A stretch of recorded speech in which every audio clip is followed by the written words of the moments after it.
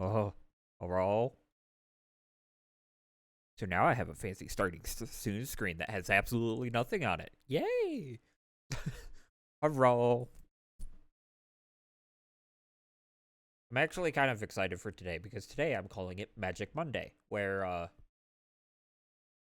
well, I do Magic the Gathering things. I like to play Magic the Gathering. I like to talk about Magic the Gathering. I like theory crafting, deck building.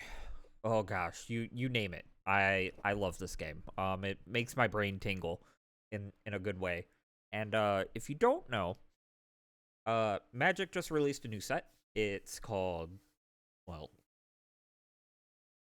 if you've been hiding under a rock, I hope you know of the show Avatar: The Last Airbender, following Aang, the child prodigy that Airbender who became who had became the Avatar at a very young age and ended up having to flee his home and got sealed in ice for 300 years.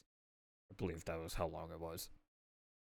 And then the Avatar went missing for that amount of time, and the Fire Nation ended up taking over. And I recommend watching the show. Uh, for myself here in Magic Land, well, they released an entire set based around the three books of Avatar: The Last Airbender. Has nothing to do with Korra. I really wish they had Korra cards or like a follow up set, a small set that like added those cards in, because I do like the Korra series as well, and I think it would actually gain a lot of good support after this, and they'll probably do a new set that's Legend of Korra related. But for now, we have Legend of Aang and the Last Airbender cards, which I'm okay with. Now, what does that mean for me? Well, usually when a new Magic set comes out, I like to pay attention to all legends that come into the set, and Commander is one of my favorite gameplay modes. Also, I have some nice music, chill music in the back. So if you're here, kind of just in the background, feel free to chill out and kind of have this on in your background. There's also a event going on Twitch, called I believe it's Live Together. The fuck was it called?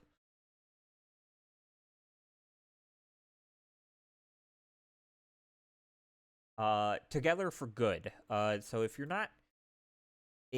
have some money to support some causes, uh, please please go support any cause. For myself, I have the unfortunate uh affliction of keratoconus, which prevents me from seeing correctly. So the Gathering has kind of fallen off for me because I can't read the cards very well.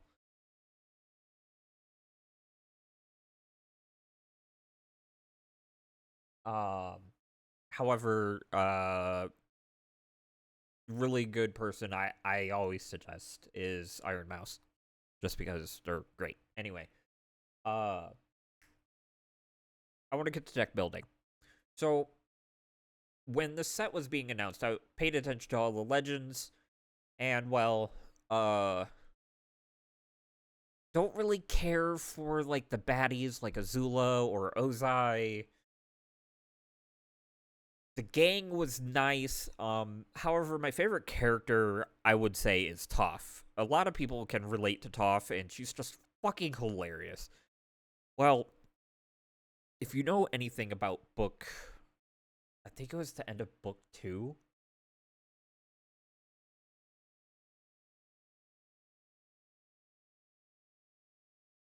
Yeah, near the end of book two, she learned metal bending.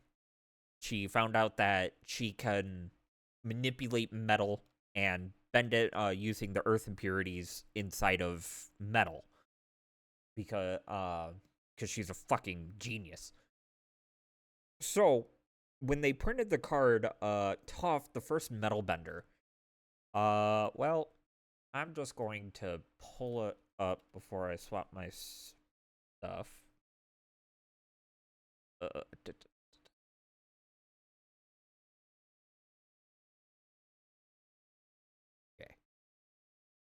That one. Hello. So, Toph, the first metal bender, for Naya and 1.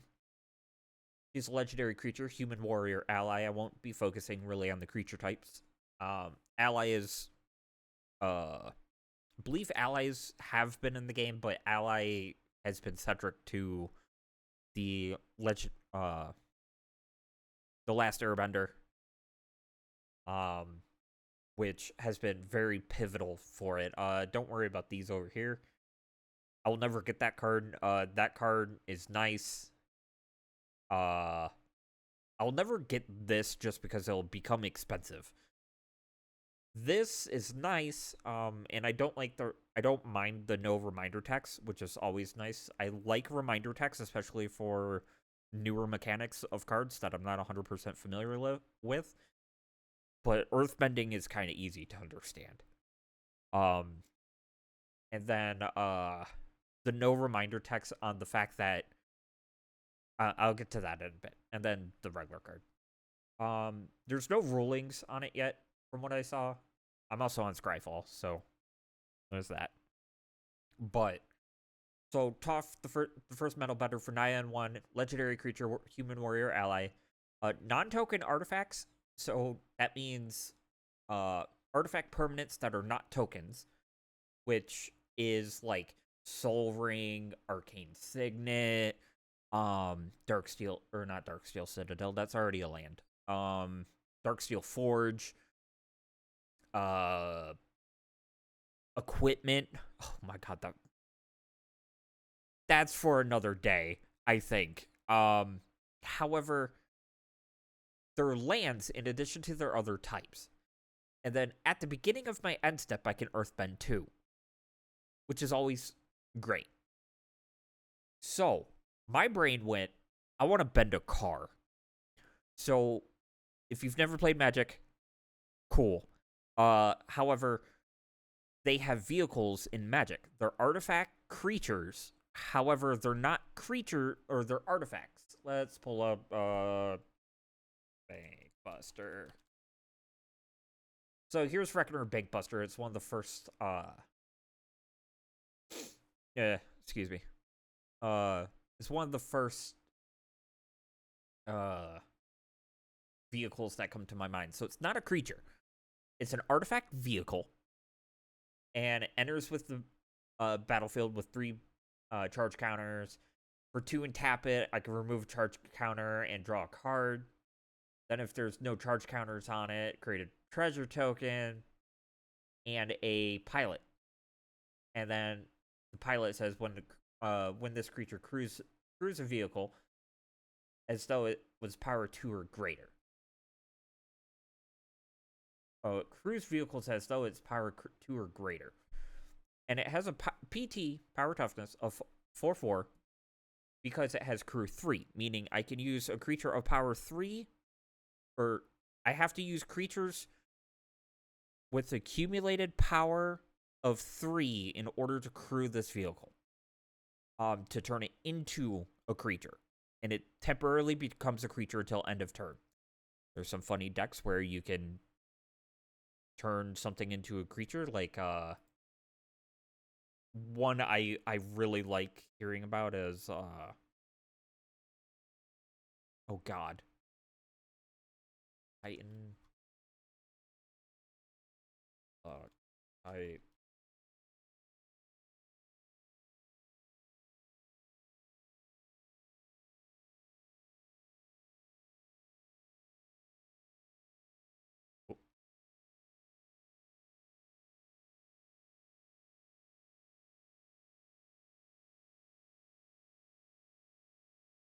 Back Titan Core. This is a funny one where I have seen a deck. I believe it was played by no. Anyway, Mech Titan Core. I seen a deck played that was Voltron where they put a bunch of equipment on it.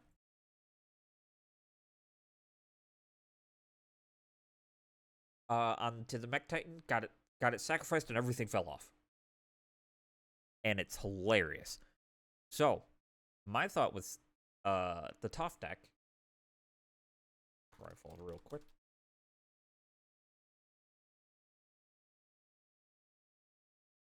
Off the go here. So my thought with this card was I want to bend a car because it's hilarious. So that's what I'm going to do. I'm going to build a deck based around this card, and the site that I do that with is Architect. I love Architect. So Architect, really good building site if you've never been on it, or deck site really. I keep all of my decks on Architect just because otherwise I would forget.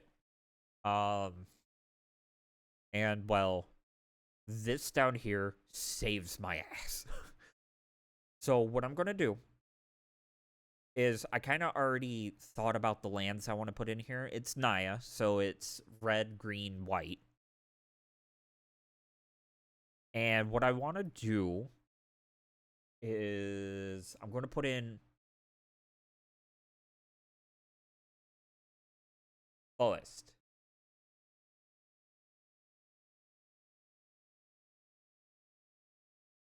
I'm going to put in a forest.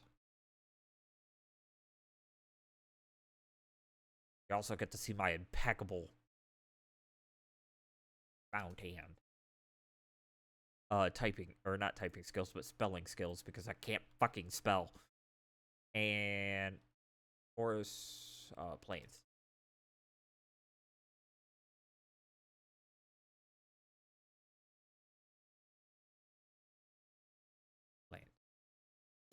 And then put in 11 of each because I plan on only using 33 lands. There's very specific reason behind this because I'll have a lot of mana fixing with mana rocks. Because, lo and behold, hitting someone with a signet is hilarious. And if you know anything about Avatar: The Last Airbender, Toph and the character of Toph, Toph likes jokes and Toph likes to be funny. To be real, though, she is the most real character in the fucking series. So, I'm okay with doing this. So, the reason why I put 33 lands is, or 33 basics, it won't stay that way. But, it will, it won't stay that way. I'll do it at the end where I fix mana and change around stuff. Also, hello, Super. How are you doing today? So, what I'm going to do now is start crafting. I want to also go through all of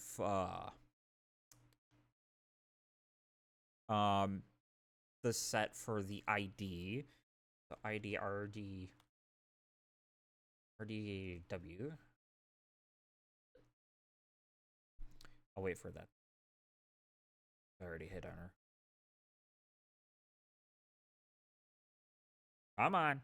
Thank you. Let's see.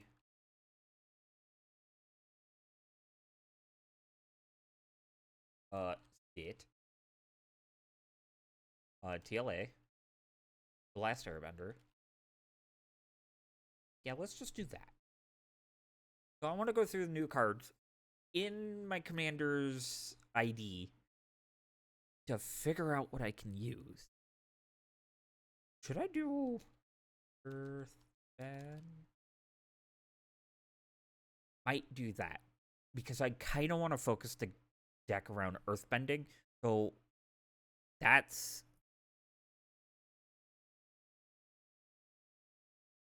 oh wait, Oracle.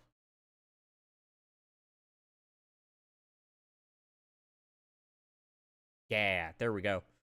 So there's some actual really good cards in here. So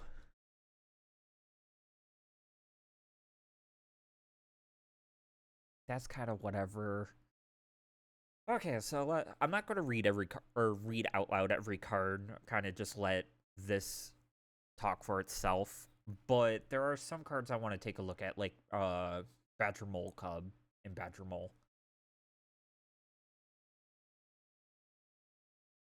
Oh, that's fucking hilarious. Creatures I control with +1/+1 counters on them have trample.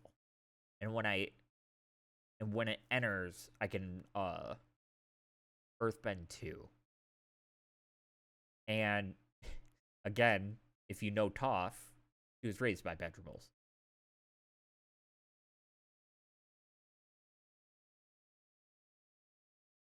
This is kind of how I build decks, is kind of just go through cards, add them to the deck, and then trim what I need.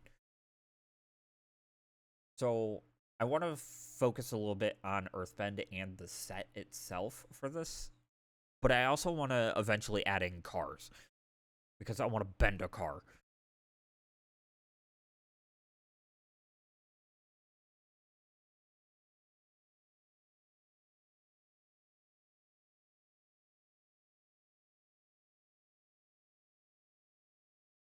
Da, da, da, da, da.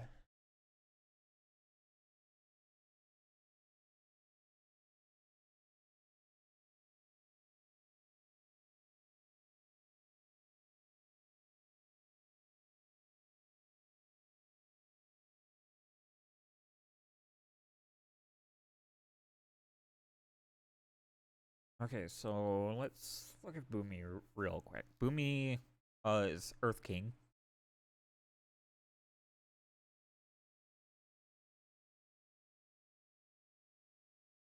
Oh, that's fucking hilarious. That. Okay, Boomy. And then King of the Three Trials.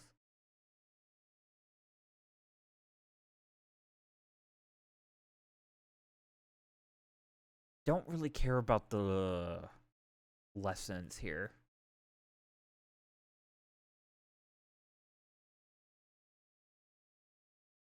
What? Earthbender Ascension. When this enchantment enters, Earthbend 2. Okay. Kind of fits my deck.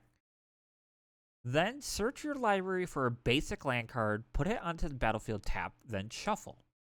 Okay, kind of counterintuitive with uh Earthbend because I Earthbend first and then search for the card. So the newly uh the new land or the new basic you just got can't get Earthbend until later. But because this card is going to be out on the field, I automatically get the landfall trigger. Whenever a land you control enters, put a quest counter on this enchantment. When you do it, if it has 4 or more counters, put a 1/1 counter on target creature I control against trample until end of turn. I'm going to put that in my deck because Beastmaster Ascension kind of does a similar thing, but it's not until end of turn. But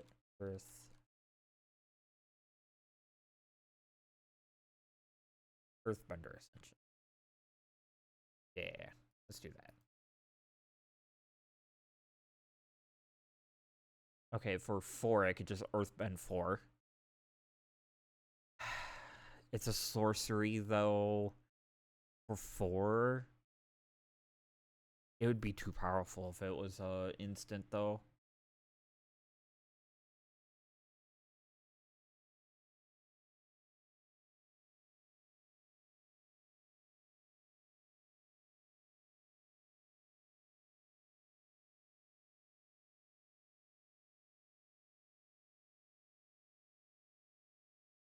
To be fair, this is also not every red, green, and white card in the set.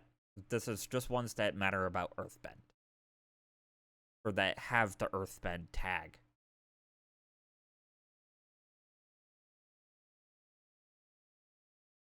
When you do up to 1 target creature fights, okay.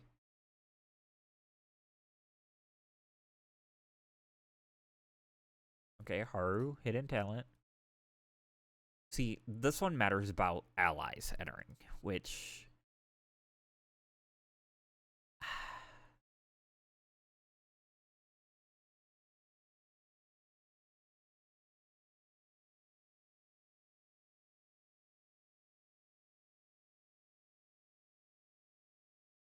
okay. I'm going to put in Rock Lanch because I think it's going to be funny.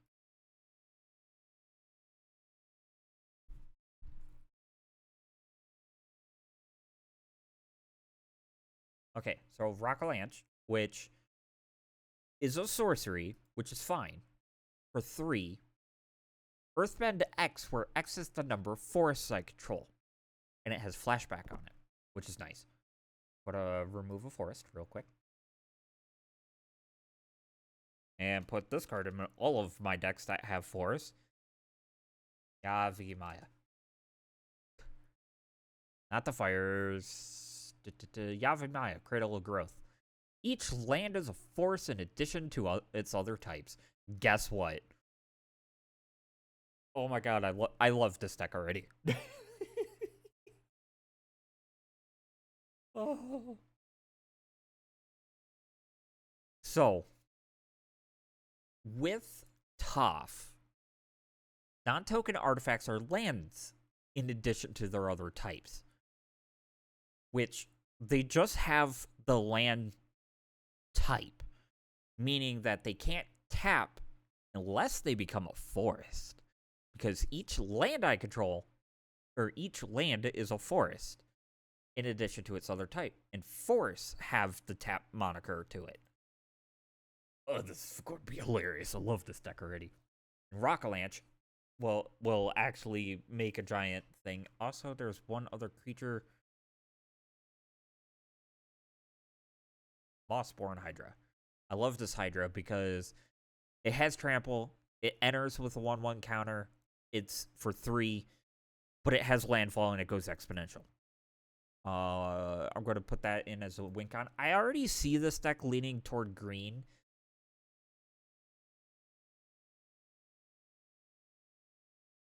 Oh, that's for 4 though. Because it's not going to be bad to do. Path to Exile. Having Path to Exile in this deck probably wouldn't be a bad idea because if I really wanted to, if there's a token that is a creature token that I want to get rid of on my side of the field, I can path it to get a land. And it's a decent removal card. And if I create like something like the Cave of Two Lovers,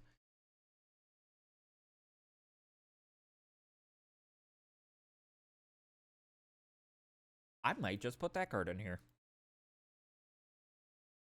It's a saga, so, and it's not that great of a saga, but it kind of works with my deck. Chapter 1 is kind of whatever. I create 2 ally 1/1 ally tokens. Cool, chump blockers. Chump blockers slash path targets if I really wanted to get a new land. I see a card I already want to put in here. Anyway. Search, but I can search my library for a mountain or cave. Reveal it, put it in my hand. Then shuffle. So a little bit of mana fixing on that, and then Earthbend 3. This is a cool card, not just for this deck. Red don't get a lot of love in the whole go find land stuff. So, how much is this card right now? 26 cents. Is it a common? It's uncommon. That's cool. So, let's do this.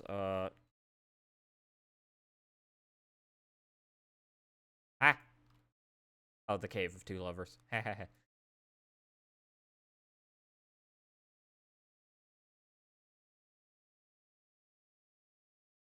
So, that's already cool.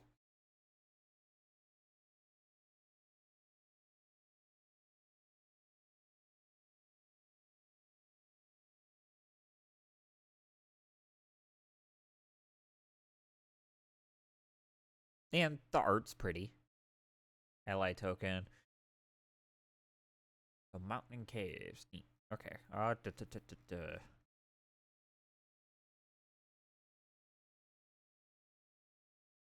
we go. Okay.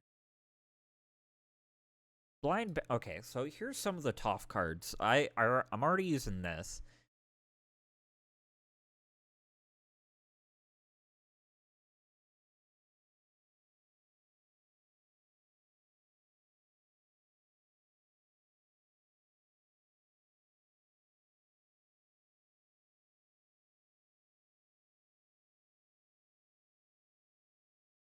I can see potential for this.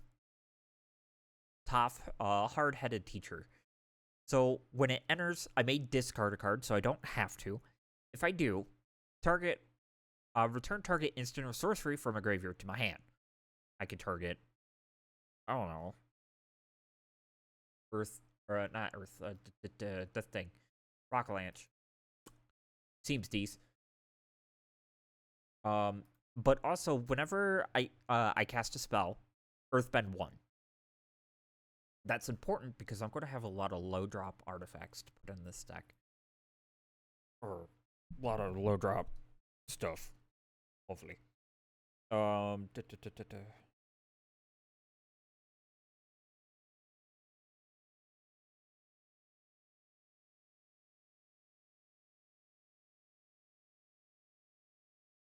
Oh yeah, that's going in there. Okay, Blind Bandit. When it enters, Earthbend 2. Toss power is equal to the number of 1/1 counters on lands I control. Yup. Okay. Earthbending Master.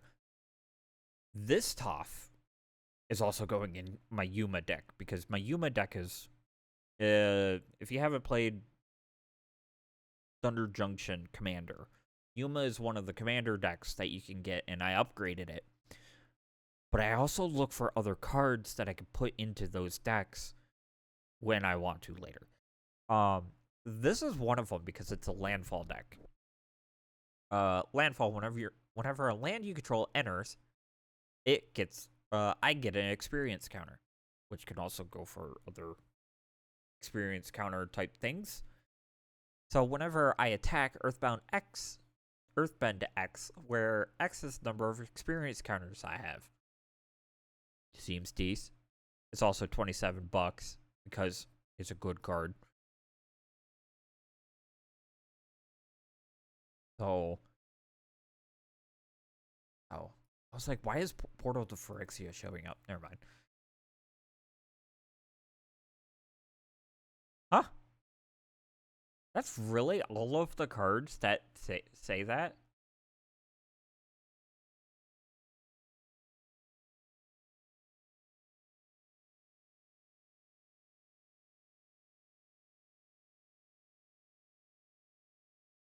Sandbender Storm, though, sounds cool. Because I could destroy a creature with 4 or greater for 4 at instant speed, which is nice in a fast-paced deck. Or Earthbend 3.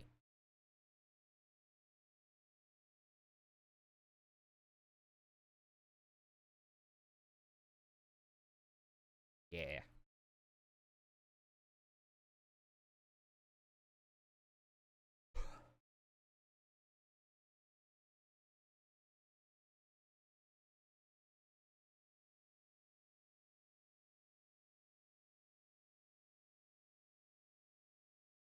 So let's think about it for a sec. So far, this is a decent shell. I still think the land interaction is fucking hilarious. So let's put in some rocks. Soul Ring.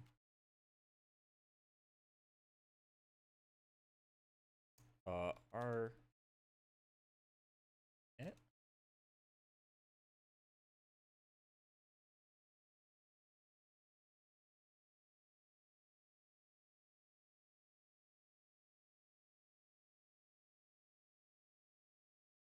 Boros, Gruul, Sledsnia,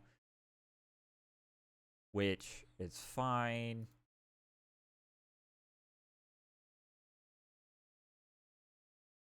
Okay, so I have those. Is there any other rocks that I want to add?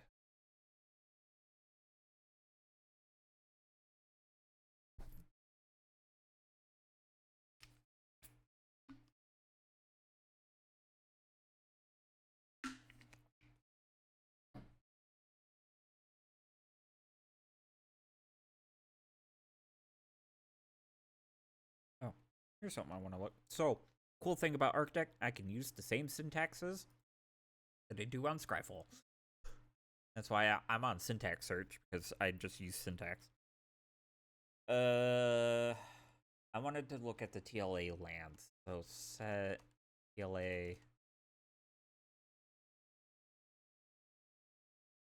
type land. So these are all the lands in there. Bossing Say sounds like a good one. Kyoshi Village. Is this a clue land? It's kind of dog water, though. For 4 and tap it, I could sacrifice it to draw a card. And wait a minute.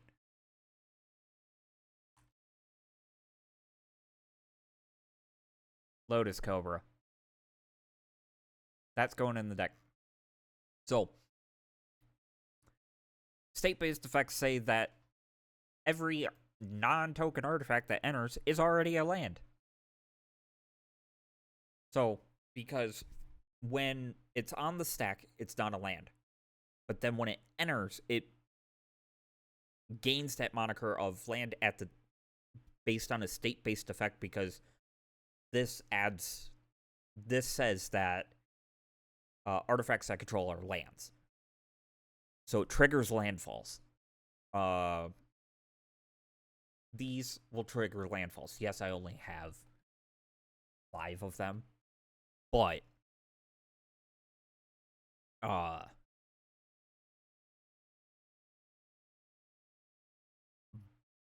yeah, that being there like that is or the Lotus Cobra being in is really nice. This will not allow me to play multiple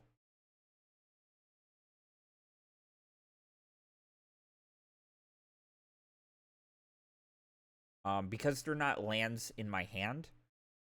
I still have to cast them, and then once they're done resolving, they become lands. So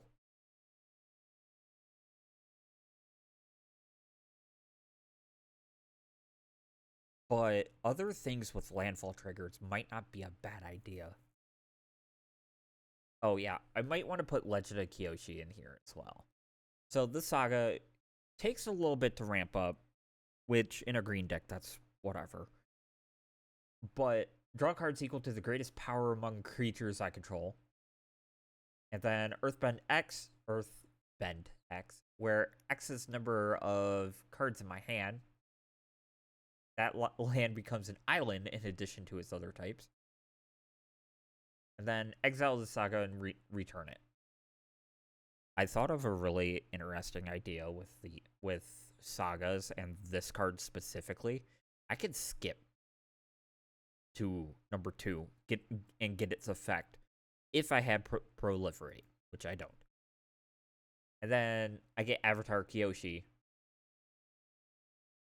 which lands I control have trample and hexproof. And then which would make all of my artifacts also trample and hexproof, which is funny. And I was just talking to a friend that just started Magic that what if I made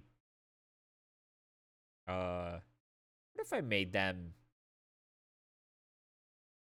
you know, indestructible with Darksteel Forge, but also hexproof, because it's hilarious. Anyway, I put a Legend of Kyoshi in here.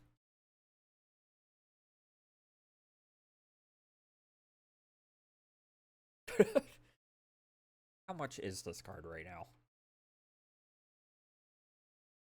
So, the cool looking art one is... Yeah, you can see it a little bit above my head. This card here, though, is 15?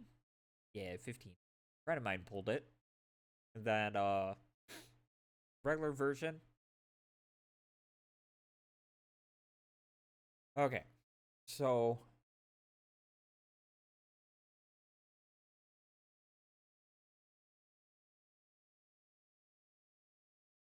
Let's do Oracle.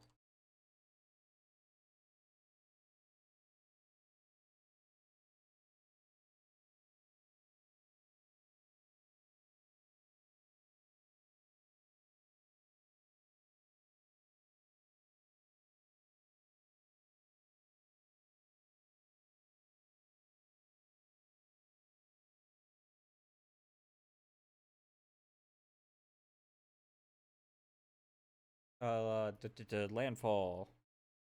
Let's also do.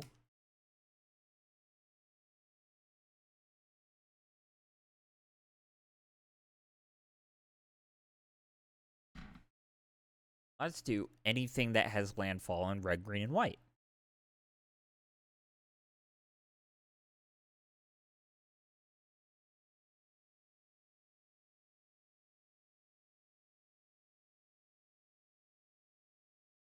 Oh, there was.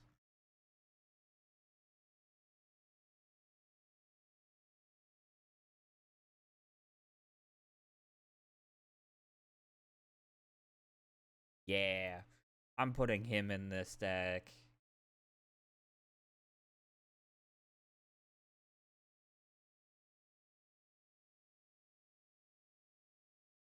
Earthbending student. I saw this pop up on one of my social feeds. I read the card and I was like, this guy is dumb. Okay. I'm gonna do some mana fixing, ramp, growth. Just to get these cards in here.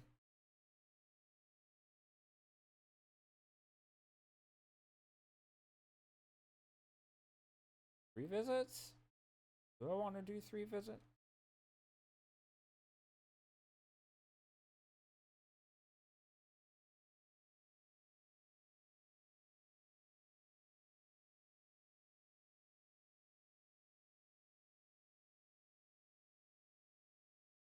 Hmm.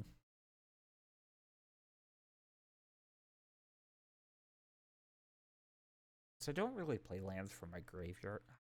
I could do that though. I could put a Crucible of Worlds effect in here. Be profitable though. Eh. I'm gonna actually look up the syntax.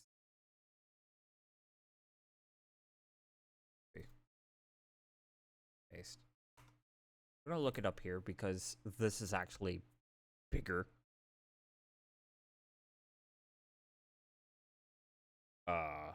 What's that syntax? Hold on a moment.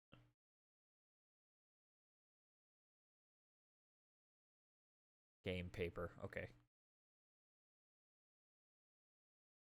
So it gets rid of the alchemy cards. Alchemy is nice. It's just I play in paper. Should I put Avengers Zendikar in here? You know? That would be kind of funny. I need to figure out the vehicle situation, though. How many cards am I at? 56.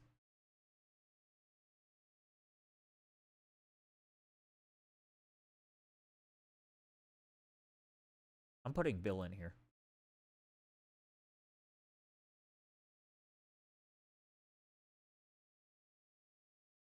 I think Bill is good addition. Plus, I already own him. So I don't have to spend $33 just for one. Holy shit, he's expensive. Friend of mine's actually running a deck that's Chocobo Racetrack.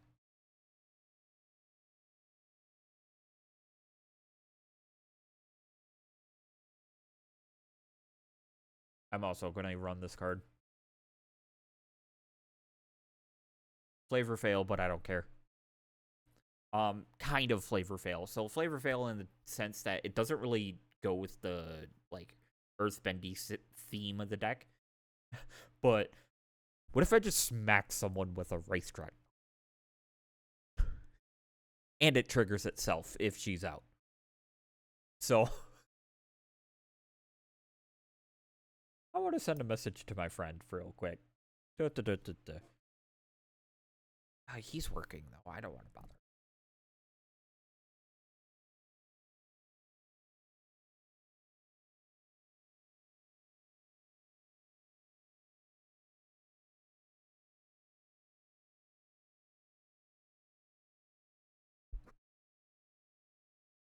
Oh, you know what? I'm putting Druid class in here because I can.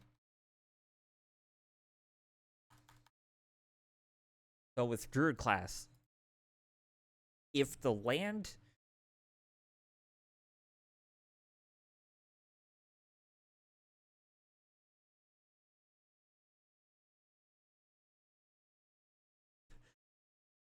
if an artifact creature becomes a thing without a part power, you know,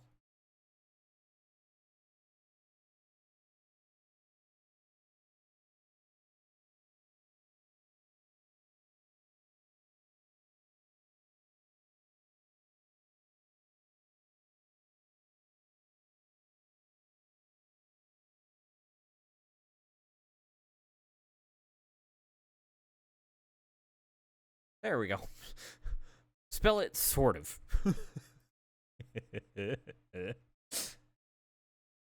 Embodiment of Fury. Land creatures I control have trample. Yes.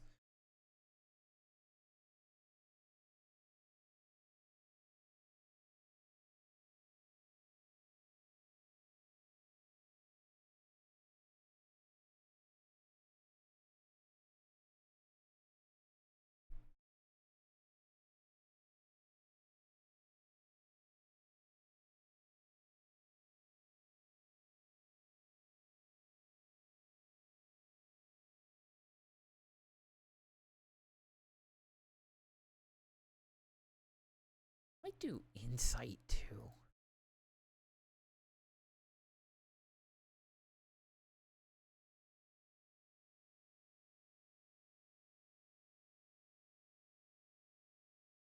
I like these two.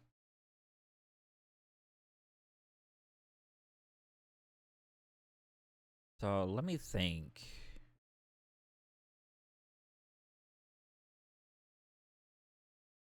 At 62,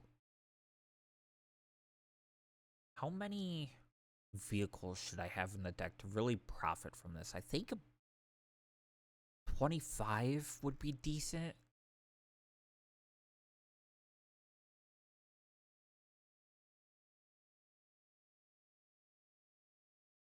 Oh, you know what? I'm going to put him in this deck.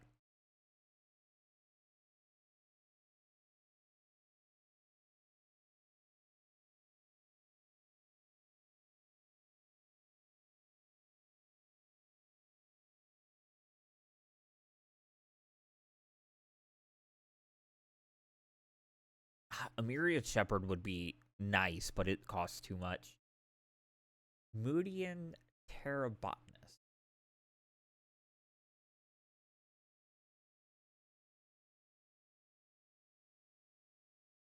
Yeah.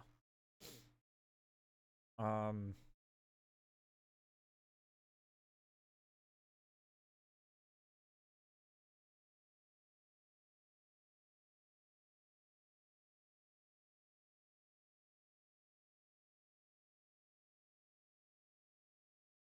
Oh, okay. Let's see.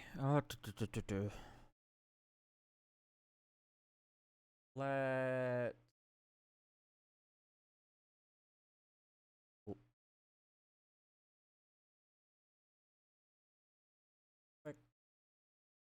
I need to look for a card. Let's see.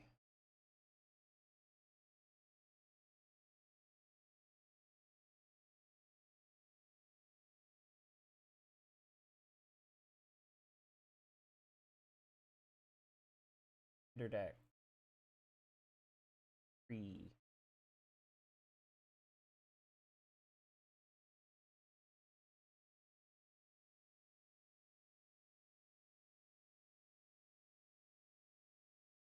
I'm looking at this. I'm taking a look at my Yuma deck off the side. Oh, Tireless Tracker.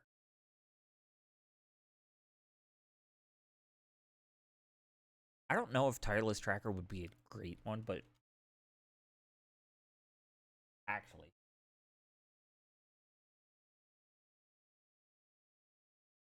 that's a lot of clues. They're tokens, so it's kind of whatever. But Provisioner. So Tireless Tracker, Tireless Provisioner.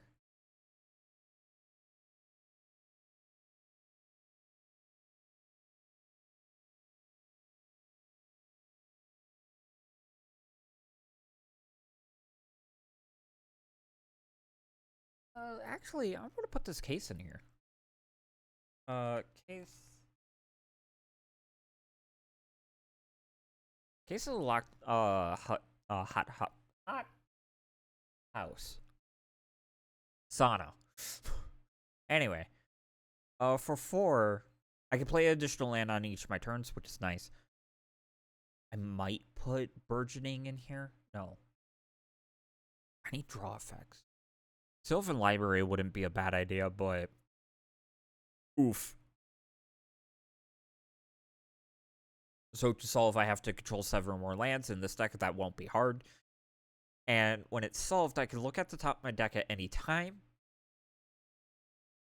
And I may play lands and creatures. Play lands and cast creatures and enchantments from the top of my library, which I have plenty of enchantments right now, which is nice. And then I also have a lot of creatures, important creatures. That's what I was like.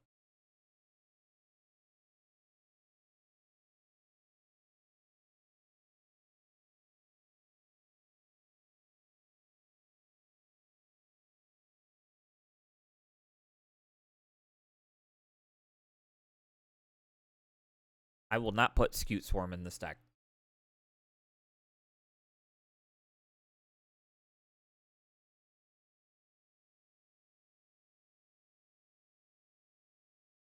I am putting the booties in here, though.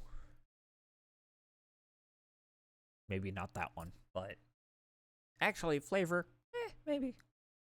I do need to look at something about the reminder text because this is a new mechanic. Target land I control becomes... Okay, so this is a must effect. But if I target the same land again...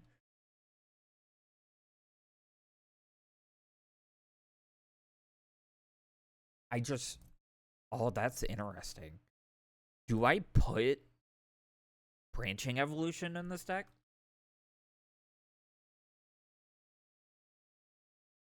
So Branching Evolution, if you don't know what it does, it's broken. Where'd you go? There you are. If one or more 1/1 counters would put on a creature you control, twice that many is put on there instead. Yes, it matters about creatures, but the effect goes, it becomes a 0/0 creature, and then it gets that many counters at the same time. The state-based effect doesn't check until the card is done, or the effect is done resolving. Yay. Ooh.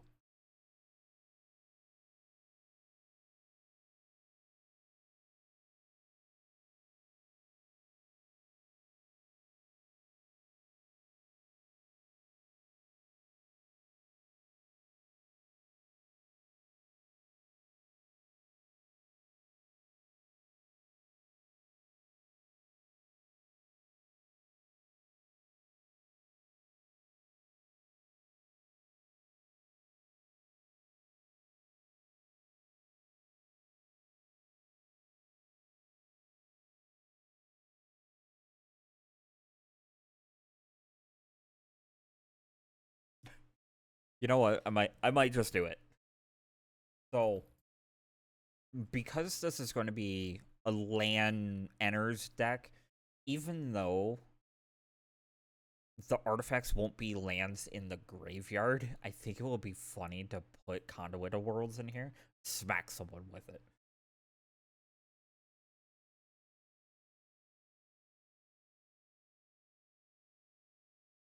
Because this is going to be an artifact heavy deck. And playing lands from a graveyard is not a bad idea. Uh, Actually going to put a Evolving Wilds in here and reduce my mountain cost.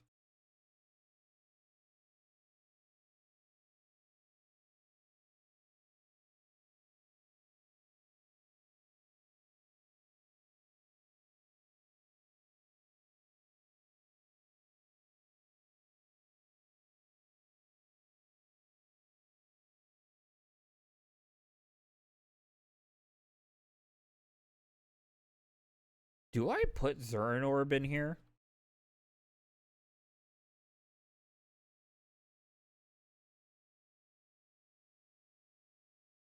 I'm going to do something with the Zurin Orb.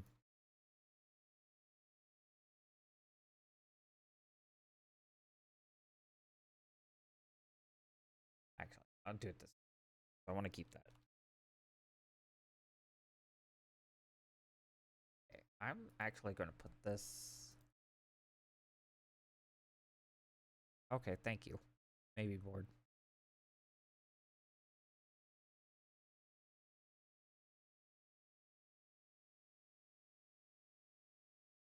So I put that in my maybe board because it's not included in the deck, but it's an idea I like.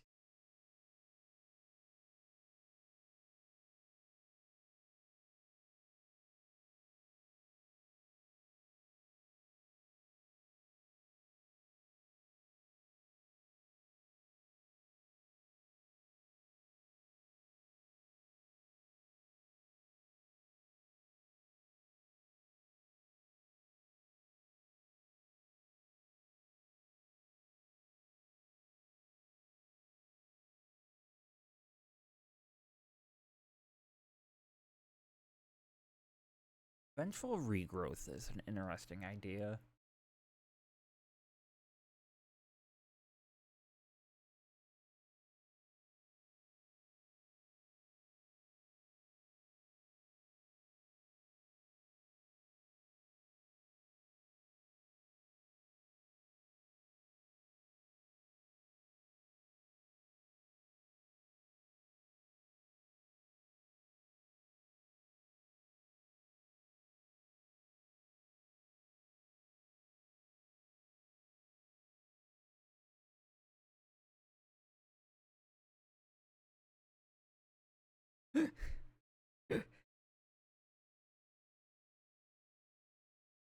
Okay, I'm going to put this card in the deck, but it's going to get killed immediately. Hold on.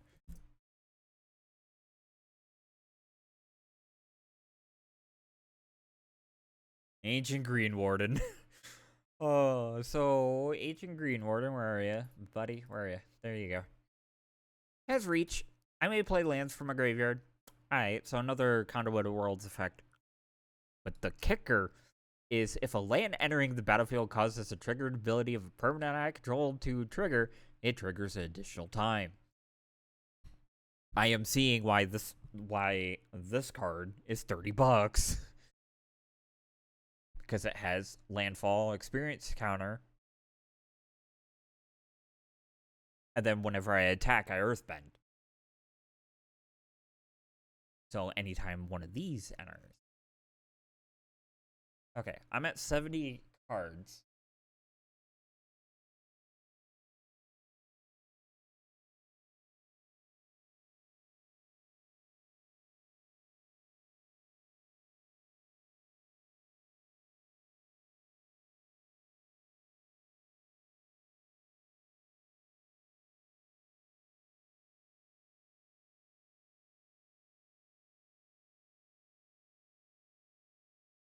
Groups uprising? No.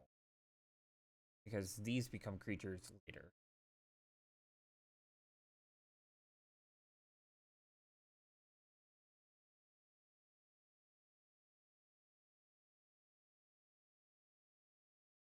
Go positive with Nahiri's lithoforming.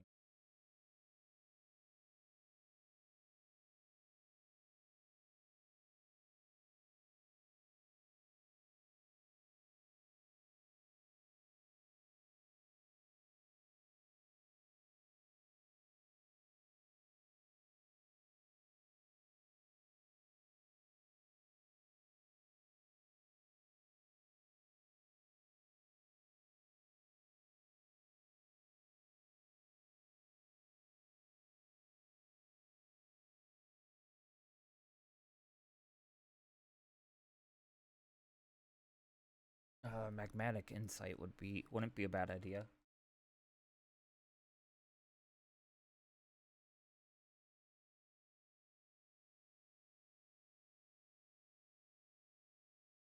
So for 1 red, as an additional cost, discard a land. Maybe not.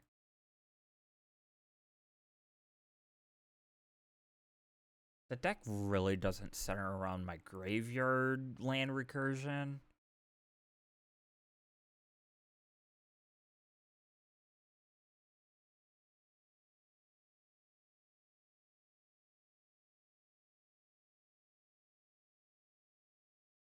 Okay, I can remove this.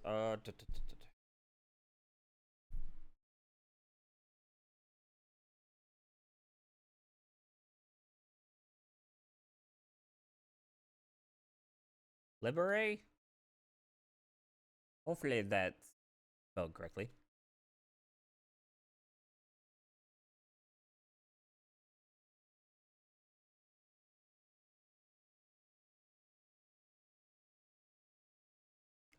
Oh. Syntax. Open quote. End quote.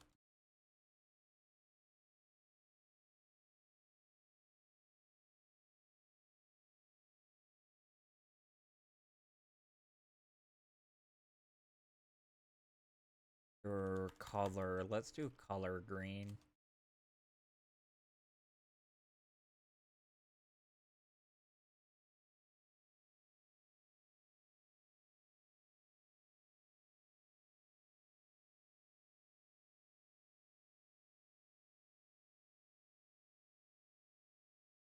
Explosive vegetation's not bad.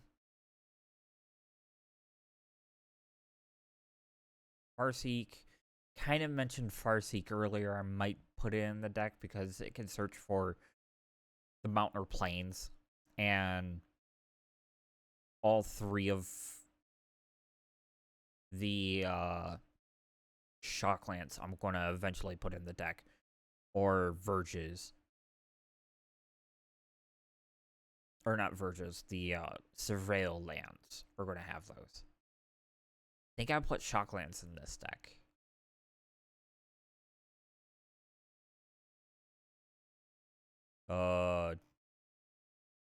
IJK?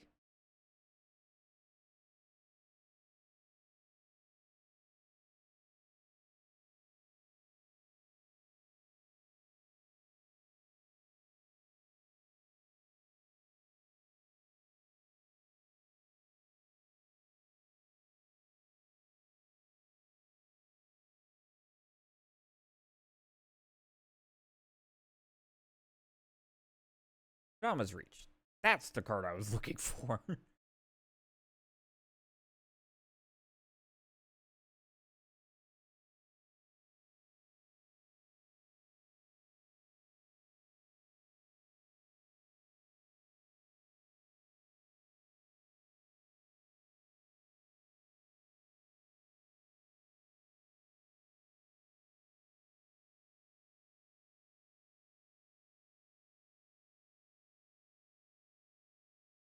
Let's do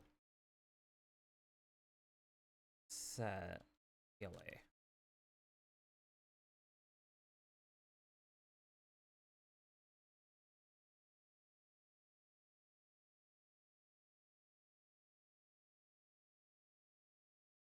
You know? Yeah. Rapparoo Troop could be interesting.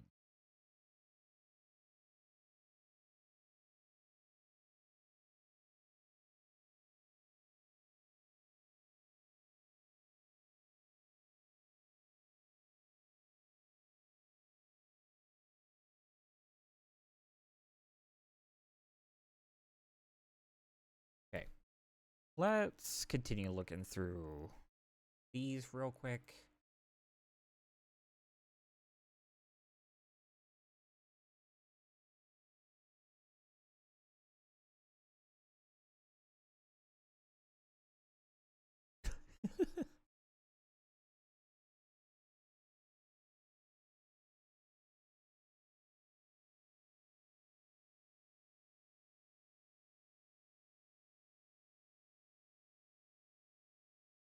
Evolution Sage. Hold on a moment.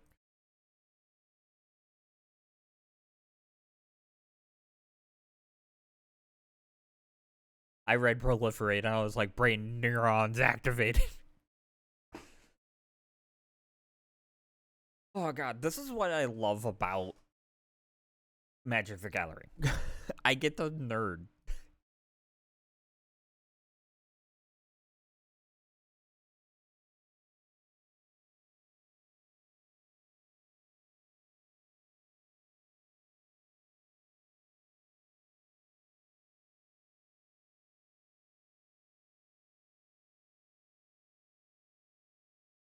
Groundswell wouldn't be a bad idea either.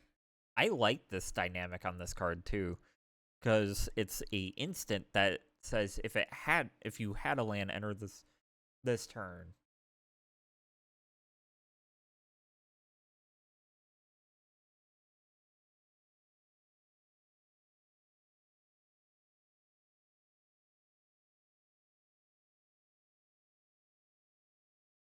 Do do do do do.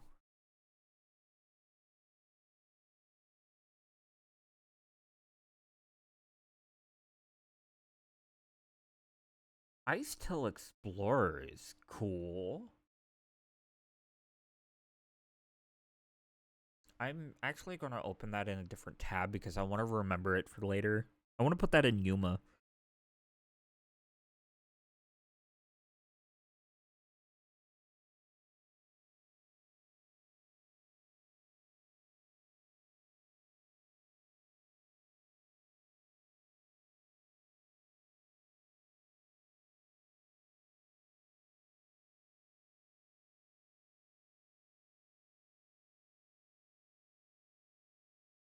Kind of whatever.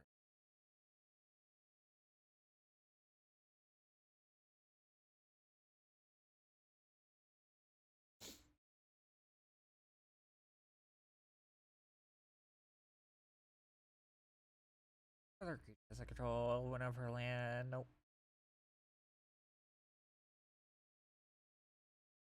That one's funny. I run a blue-white tap deck with Hilda, and that's funny for that deck. Ha!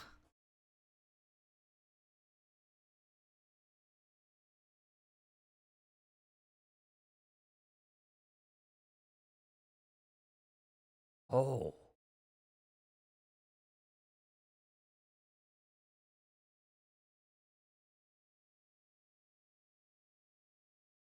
Do I?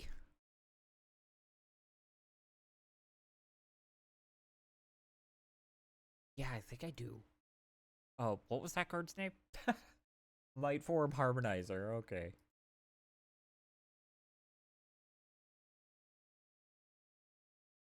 I'm starting to learn Edges of Eternity was a pretty good set for landfall.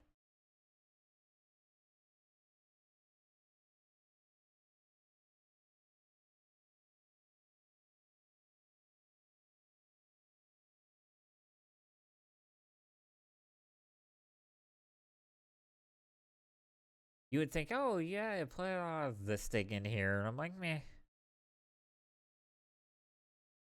He's already in another deck. I'm like,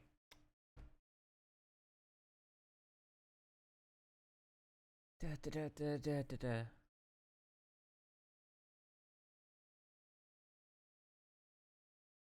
Prowling Felidar is interesting.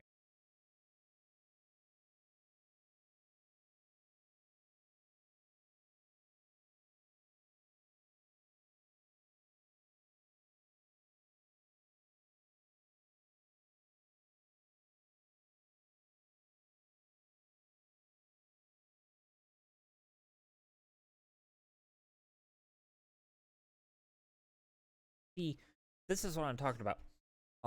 Earlier I had mentioned that ally had been a thing, at least I had thought.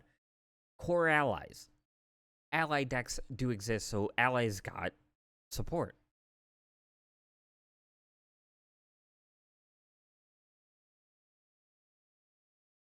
Read to cut Zandu.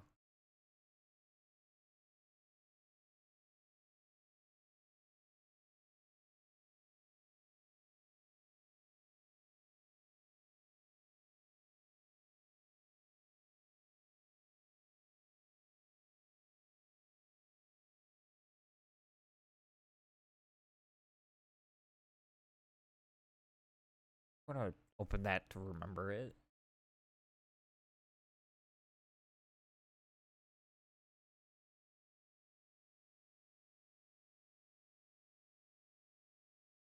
Okay. I'm gonna save that because I want to start looking for a vehicle. Because I don't know how to spell vehicle off the top of my head. Type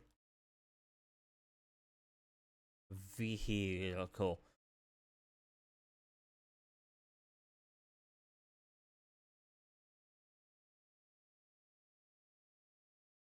So vehicle types. C, green, white, red.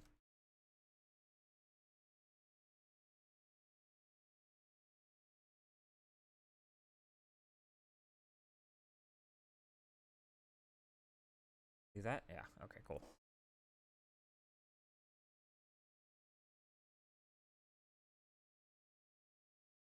Air response unit.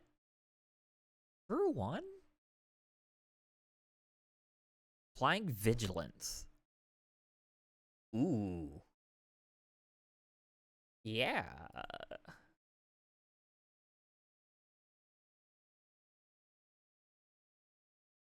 One to the vehicle list. Can I auto?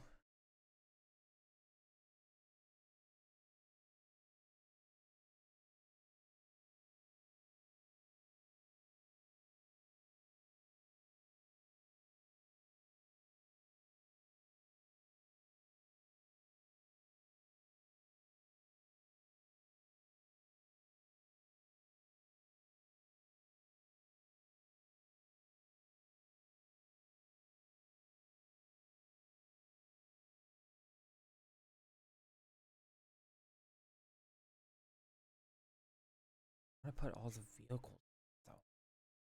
Oh well.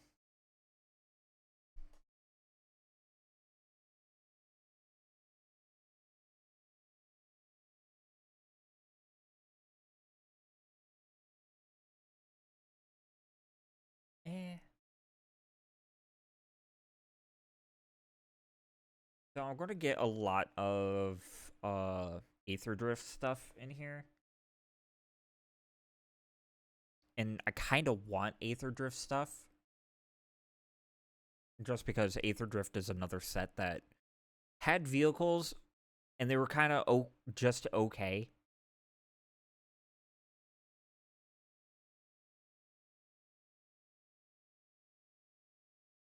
But like Brute Suit has Vigilance.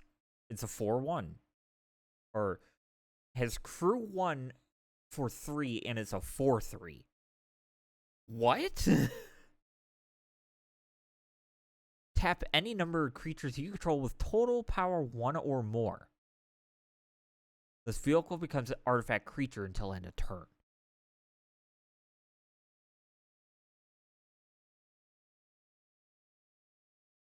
Yeah, I'm putting Brute Suit in here. That's cool.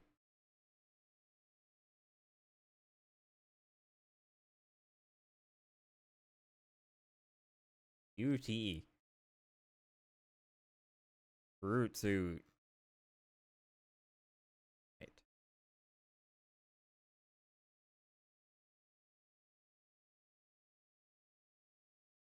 Wait, did it already go down here?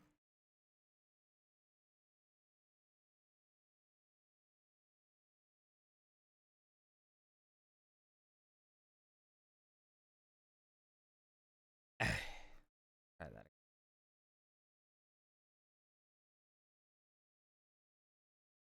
There we go. Not added to that.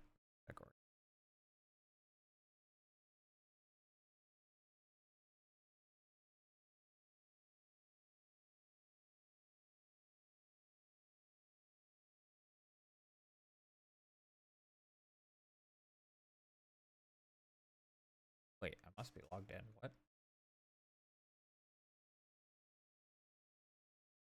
Why did it?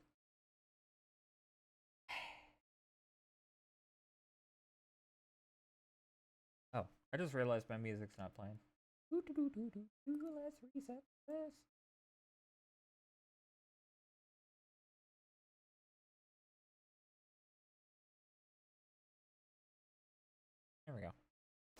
Uh,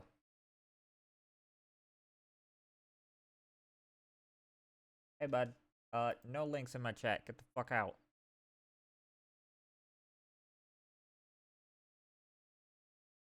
Let's see. Oh, you were created the other day? Yeah, that's nice.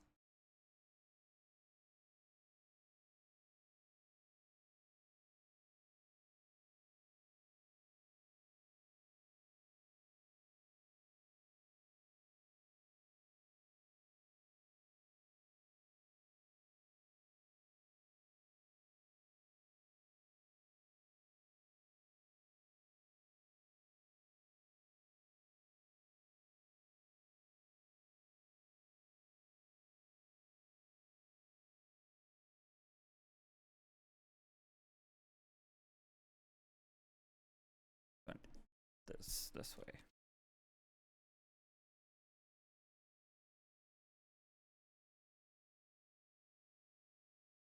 Get the fuck out of my chat. I don't need you here. Okay. Hide that real quick.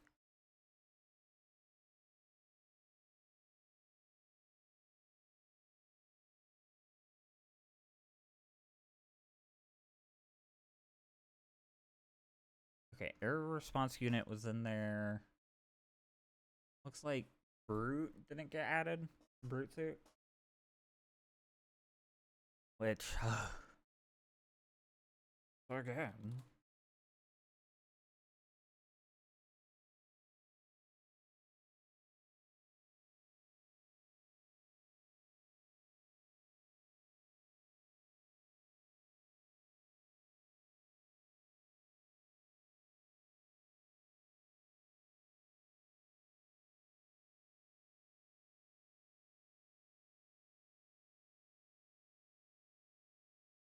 Move that down to vehicle.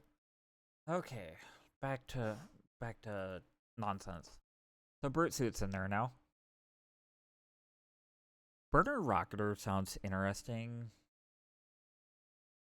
I could run Firebend cards, but Do I just run Clown Car?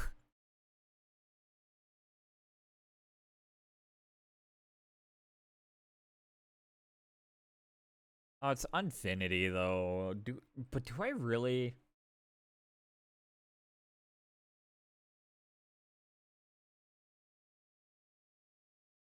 No. It's funny, but no.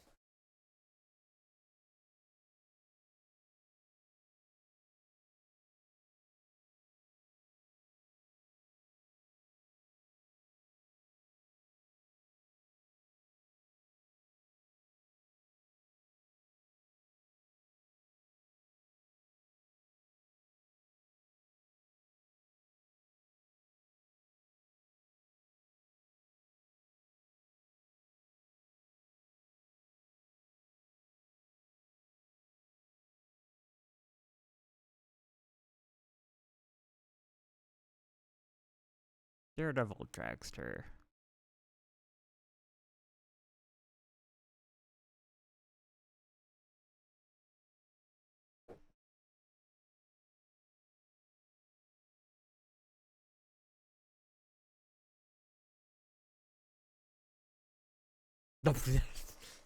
Just great, Tutu. Thermo Taxi.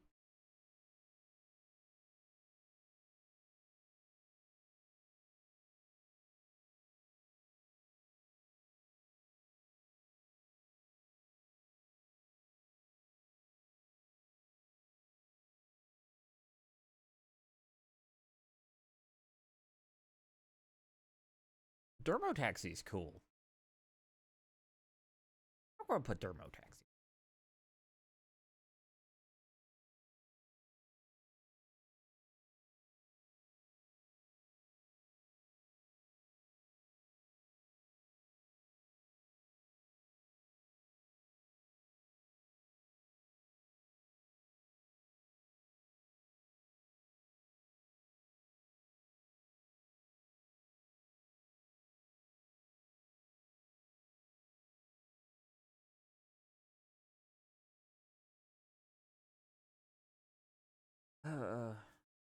The tension chariot would be nice for, I mean, even though it has the O-ring effect.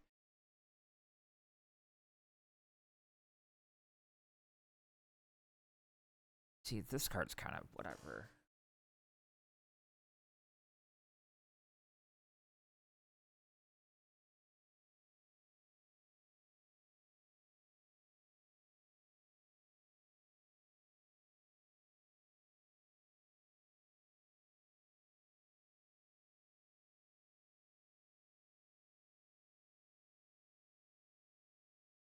I mean,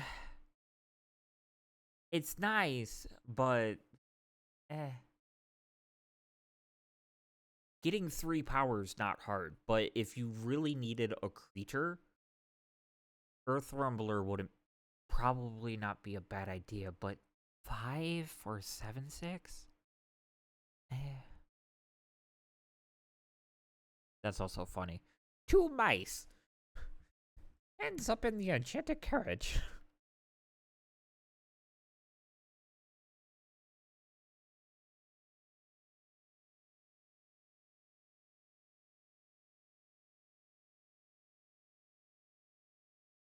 Flywheel Racer.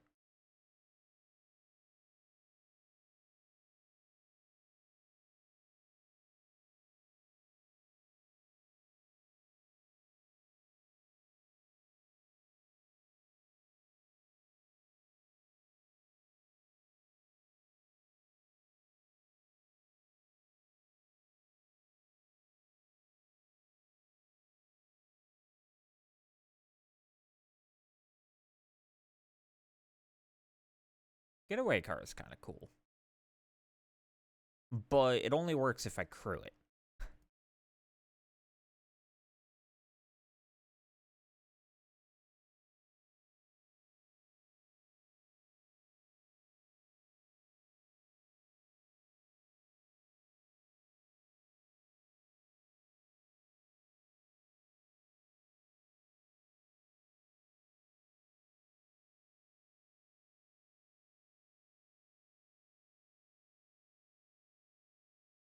Honeymoon hearse. So, I will say one problem with this deck is that these creatures become, or these quote unquote lands become 0/0s. Oh. With Earthbend. So if I turn them on, then nothing happens. They're still 0/0s because they're overwritten by the Earthbend effect. Because that happened first.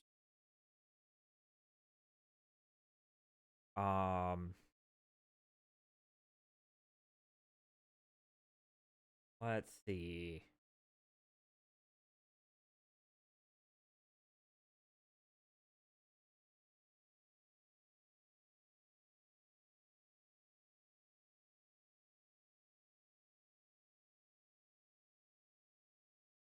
Honeymoon hearse. That's what it was.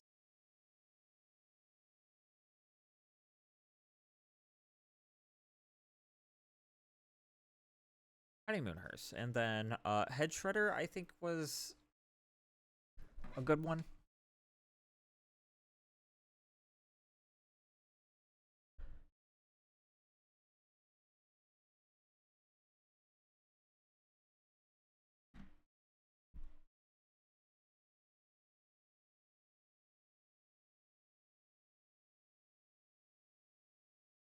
The also another funny thing is I can use these land creature vehicles as crew machines too. Which also I think it's just fucking hilarious.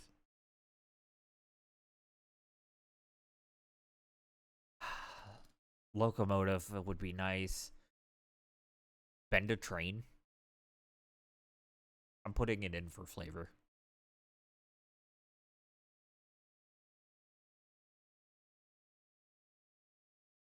Because the deck will function at if I want to crew stuff Also, this character, uh, not this one. They made a mistake making Master Toph, Earthbending Master Toph, because it says whenever I attack, she doesn't need to. You can make a deck, a Commander Green deck just based on her.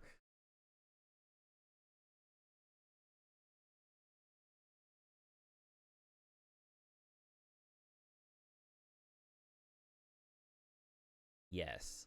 Lumbering World Rat Wagon.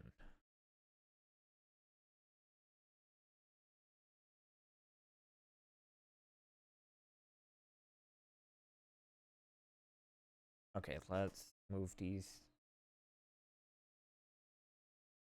Uh, vehicle.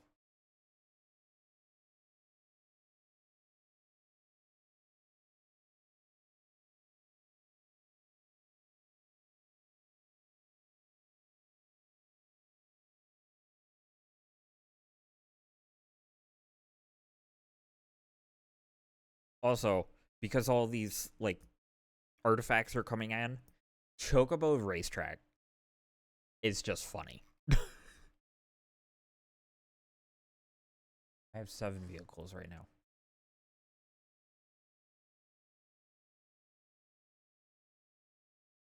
Do I put Mech Titan Core in here?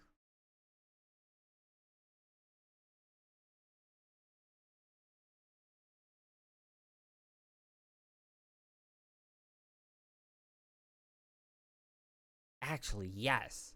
I can put Mech Titan in here.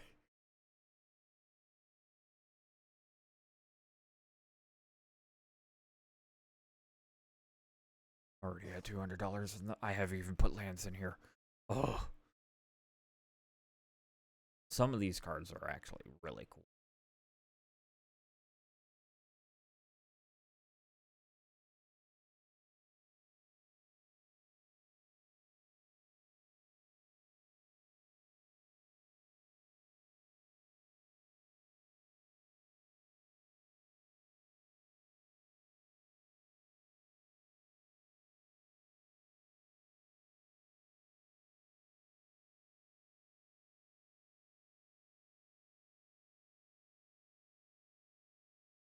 Do I put the tentacle ship in here?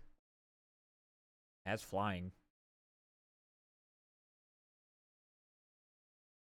Yeah,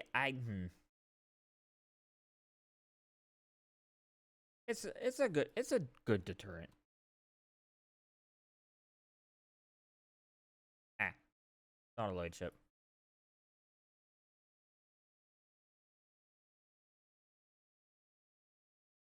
Put the tentacle ship in here.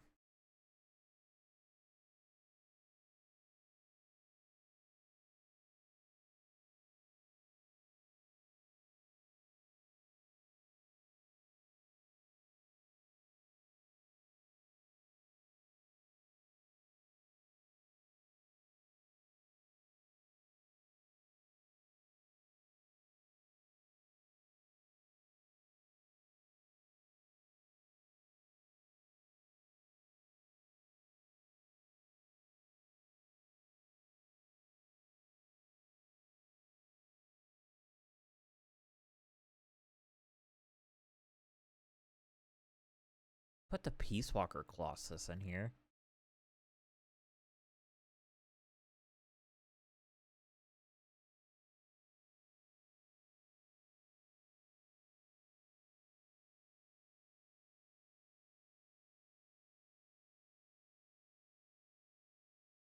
Yeah, because I think Peace Walker Colossus would be fine.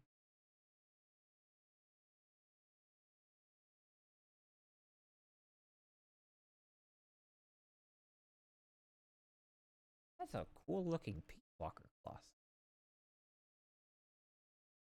Vehicle.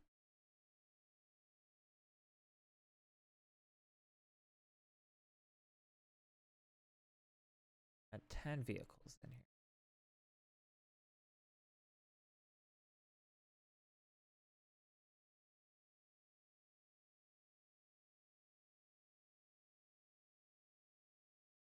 But it's like, do I put in Reaver Titan?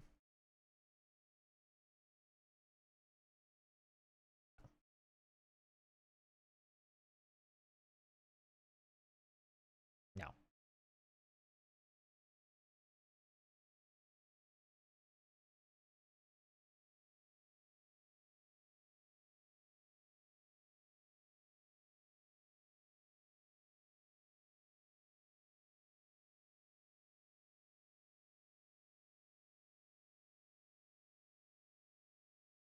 You know what?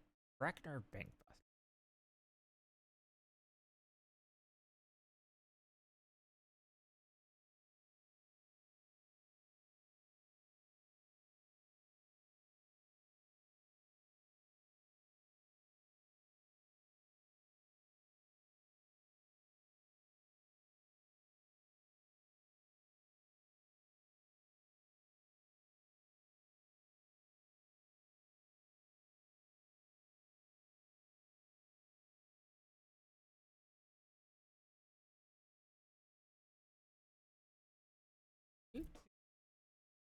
Hour and a half. Not bad.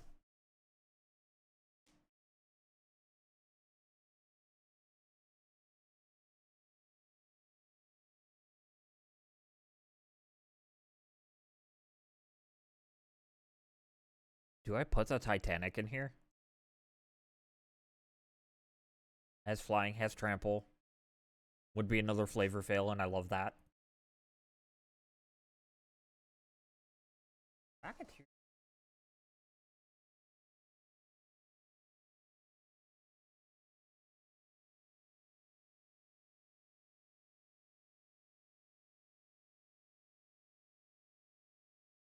Aha.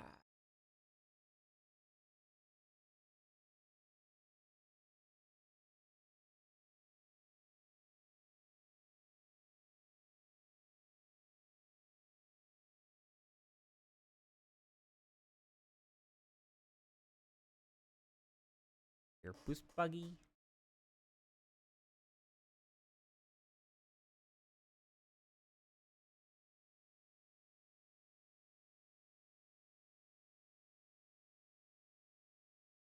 Okay. Just wanted to make sure. Fucked up my look. That's one thing that infuriates me about this website. Is that a lot of times it will reset my look to things. I want to keep it on grid. I like grid.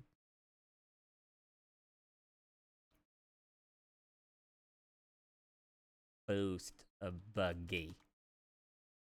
Put it in there. Thank you.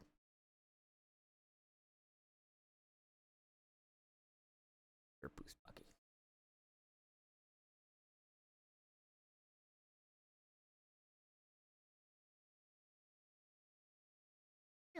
How many vehicles am I at? I'm almost at 17 vehicles. Ha ha ha ha ha. Oh, and white's my lowest cost. This is just colorless spells, too. I have 9 2 costs. I'm okay with it. Wait, can I put the gargoyle in here? No.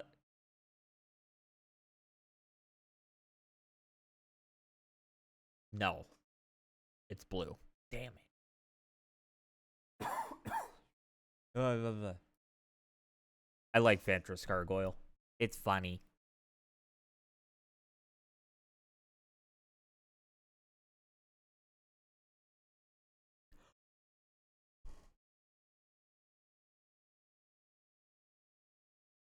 Salvation Engine. I'm gonna put that in.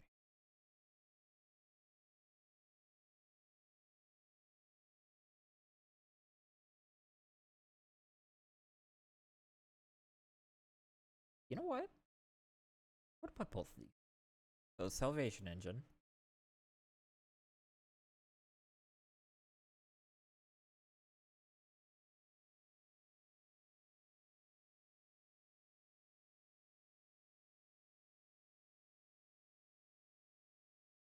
then rover blades? Yeah.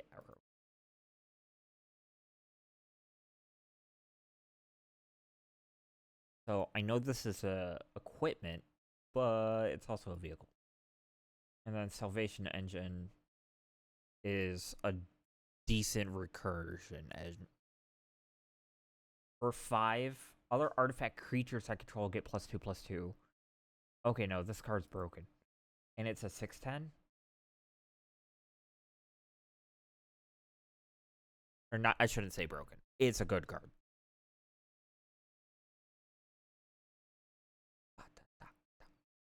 Sorry, have bad apple stuck in my head.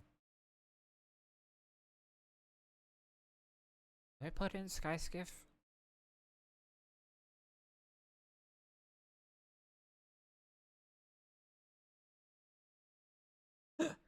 Sky Seer's Chariot is a pithing needle.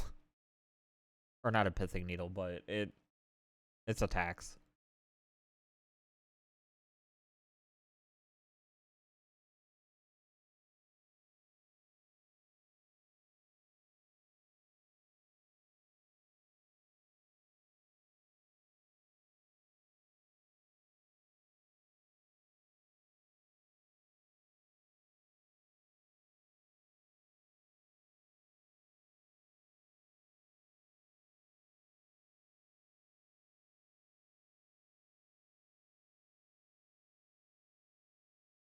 Smuggler Scopter. It's nice.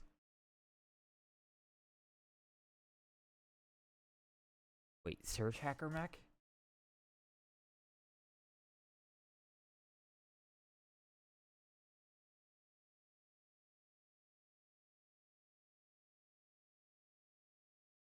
Yeah, Surge Hacker.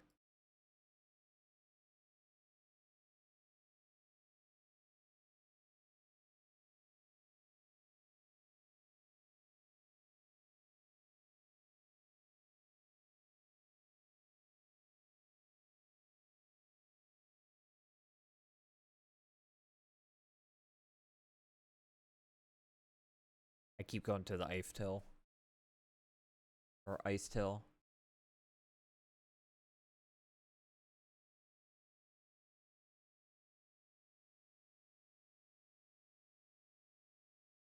I can turn this into a 3-cost.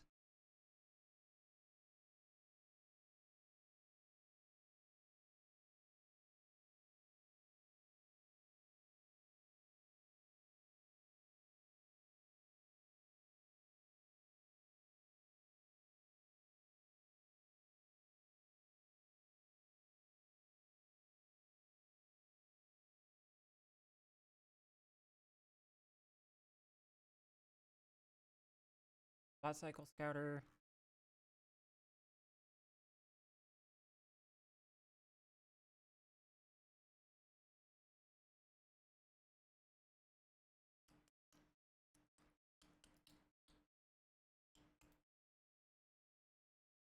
Let's see.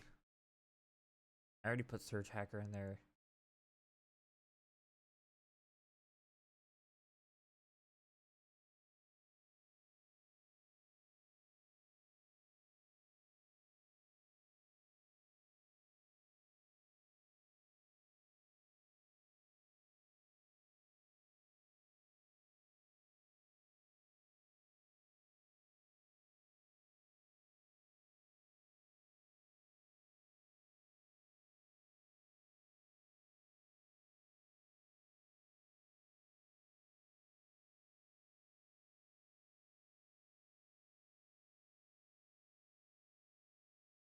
Thunderous Velocity.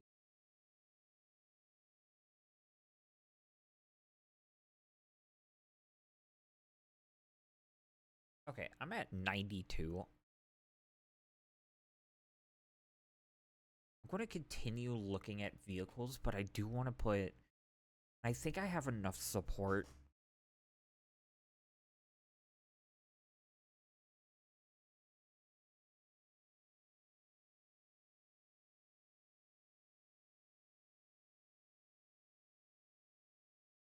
Oh, this one's from Avatar. Warbloon.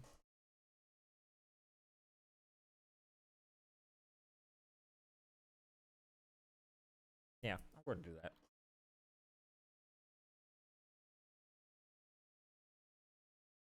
Because again, Legend of Korra or Avatar stuff, Last Airbender stuff,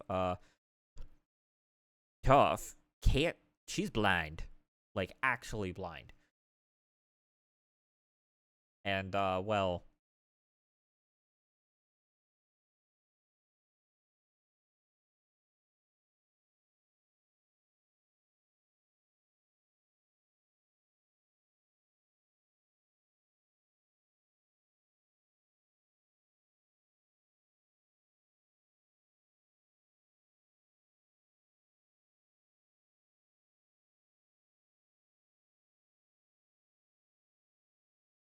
at 94. I think one more vehicle, but I want to weather light. Do I put the weather light in?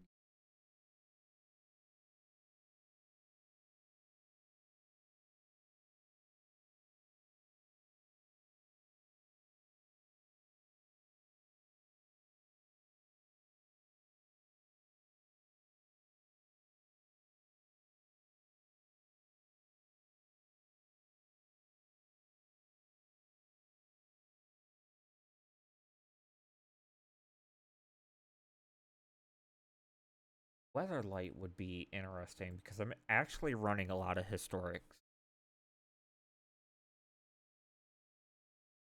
Okay.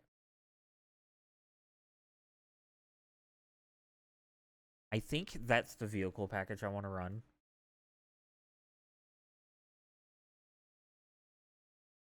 22 vehicles. I think that's a healthy spread. Can I see my deck statistics?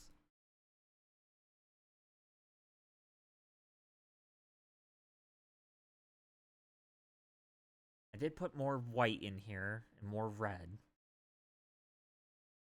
Definitely heavy in green, though.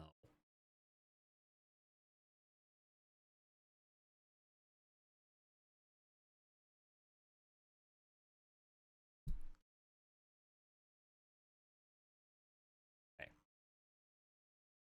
Oracle text.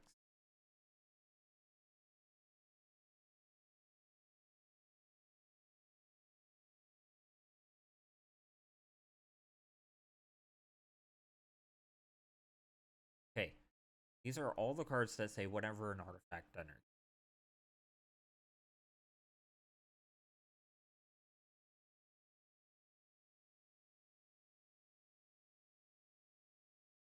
Leon and Elder.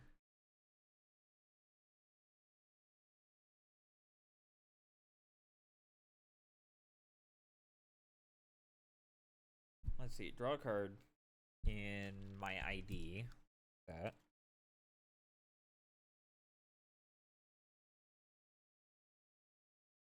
Red, green, white. Or white, red, green. Or white, green, red. Uh.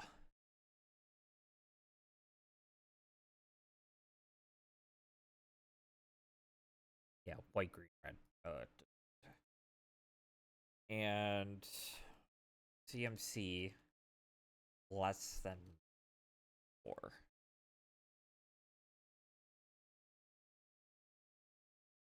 Oh. Damn. Okay.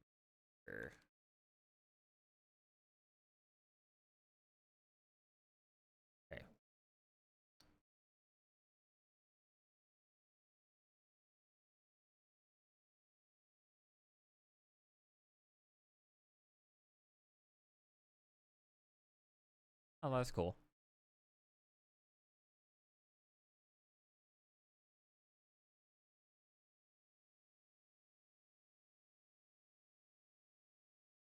Abundant growth is nice, but meh.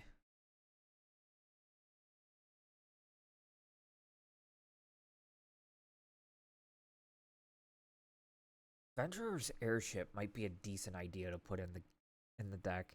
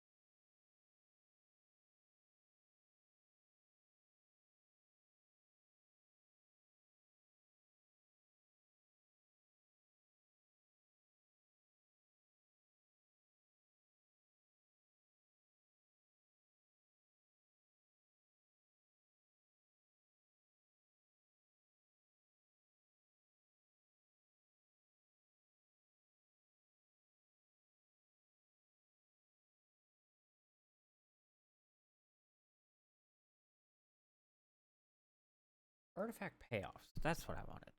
Okay, let's. Why is the screen white?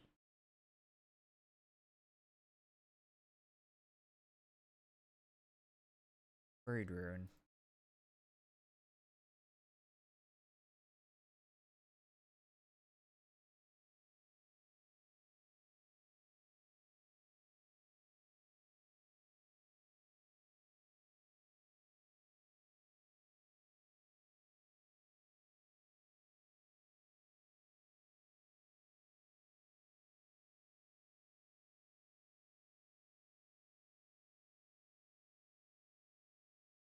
Venter's Fair might not be a bad idea either.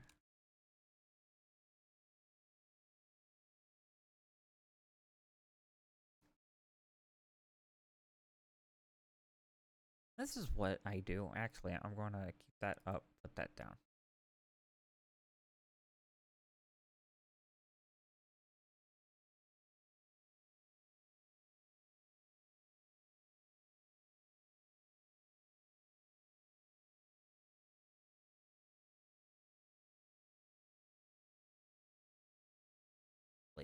That's a good card to put in here. Dispatch.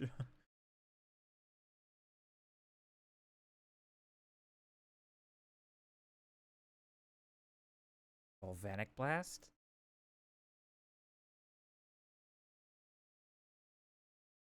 Now I just put in a white card and a red card, but Metalcraft is something I didn't think about. But Dispatch is good because I could tap a creature, or if I have Metalcraft, which I should in this deck, I can get Exile it instead. And then this one,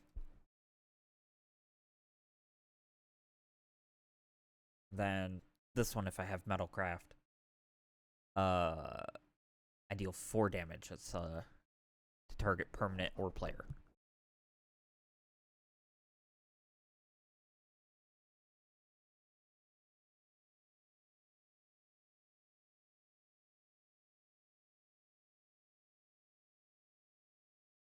Mirror Retriever. Do I put Mirror Retriever in here? An artifact creature.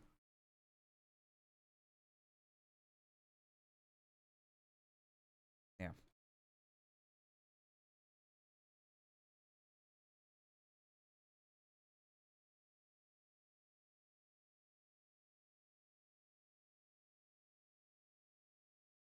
$17 creatures. This is like one of the lowest creature deck that I've had, but it's also can't put Fabric, can't put Power Artifact, can't put Orthros.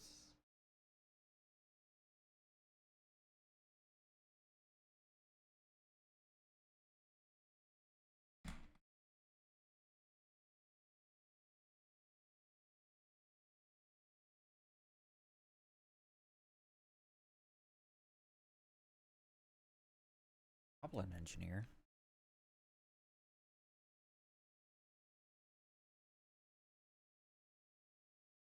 I need one more card.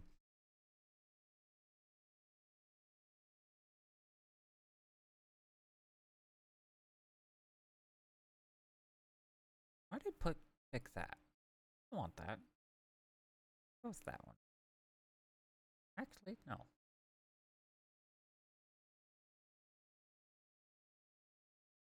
I don't even know if I want this card now. Prices.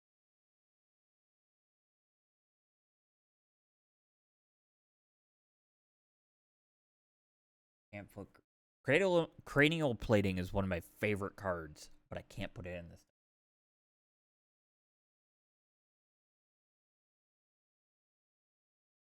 I found it. And it's kind of funny in this kind of deck. Nettle Cyst. So Nettle Cyst, it's $2 for I was reprinting Murders at Karlov Manor. Commander. But anyway,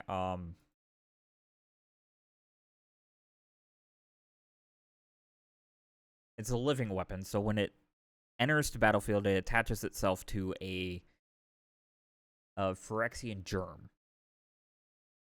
But equipped a creature gets +1/+1 for each artifact and or enchantment I control with an equip cost of 2. And I can turn it into a creature using this deck. I actually really like this deck.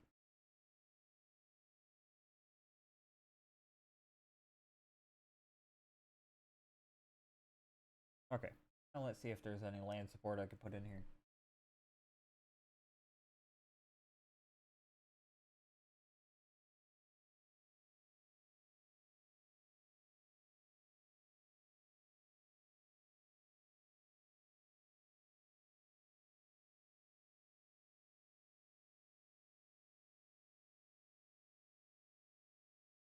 I am not putting Urza's Saga in this deck.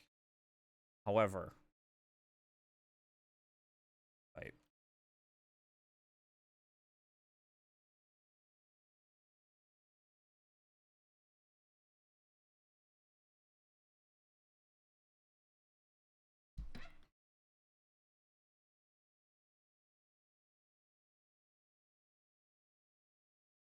might put in the rest.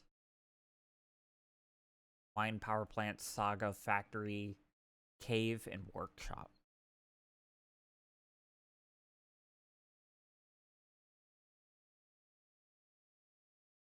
And the cave is important because I can go search for a cave with one of the cards, which is nice. Okay. How many lands did I just add? 6. 2 from each.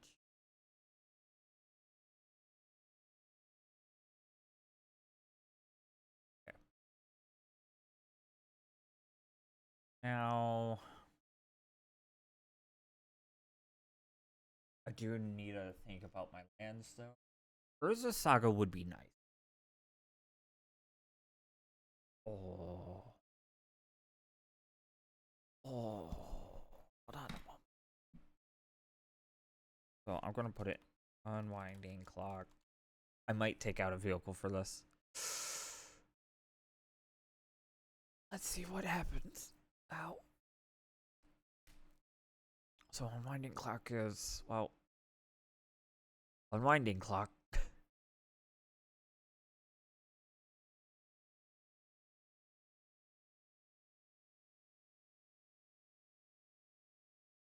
I like Unwinding Clock, though. And in a deck like this, I think I need it.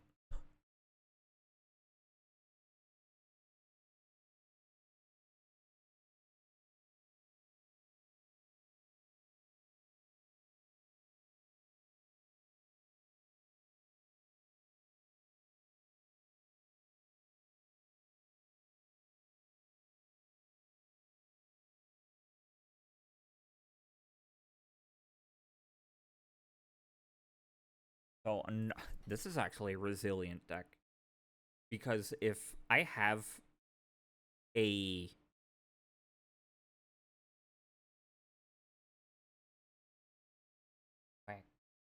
Oh, I know what happened.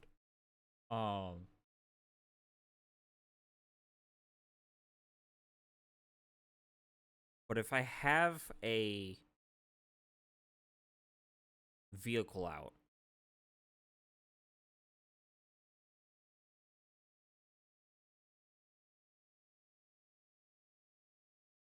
I can block with said vehicle if I crew it. Because crew is instant.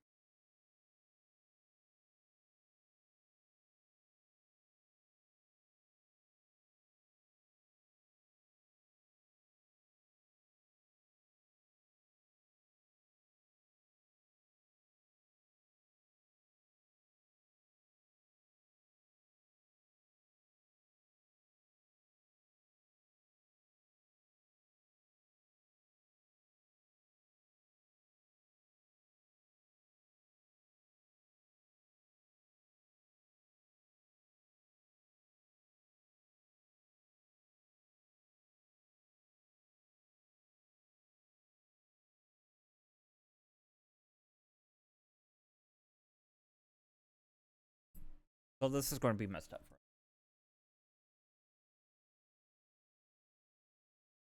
Yeah. Going to have 101 cards.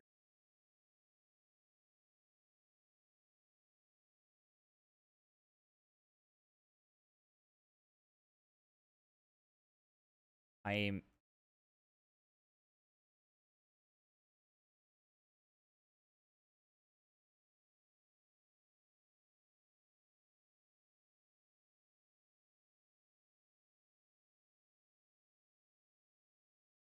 Well, I put this in here, but I'm going to put it in the maybe board. I just put it in vehicles like an idiot.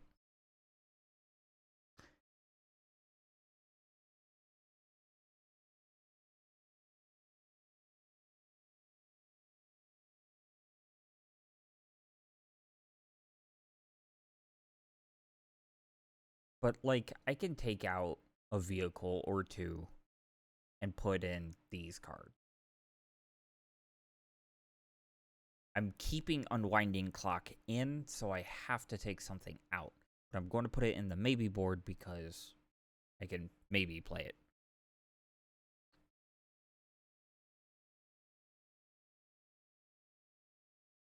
Oh, Foundry Inspector.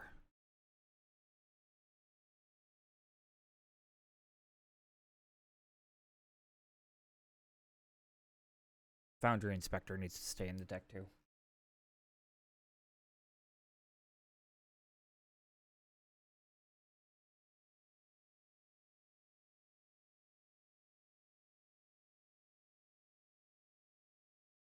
I would put Enlightened Tutor in here, but bring up the price a bit.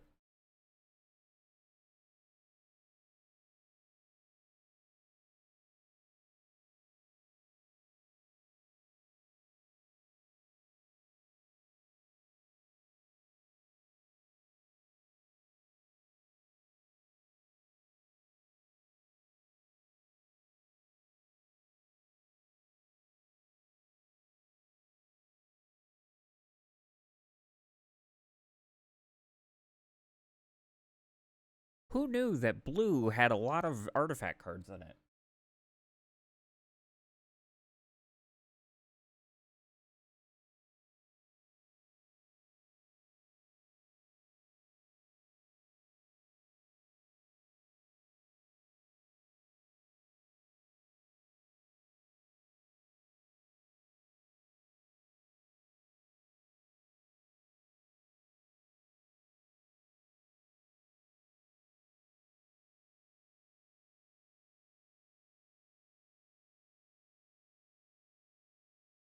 Now, I have to say that I have 32 artifacts. I could put Mishra's Workshop. I think Mishra's Workshop is really... I'm not putting Mox Opal in this deck. It would be funny to smack someone with a Mox Opal, though.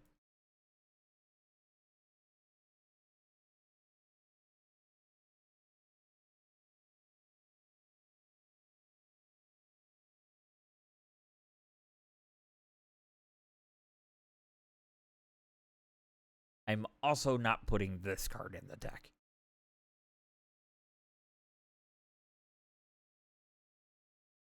Mishra's Workshop is really, really powerful, but it was only printed in Antiquities. And, I mean, I just looked at all printings. But these don't have prices to them because they're like special prints. This Mishra's Workshop would be really powerful in this deck.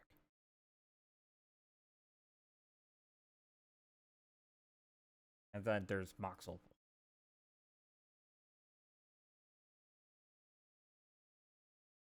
which also is 172 bucks.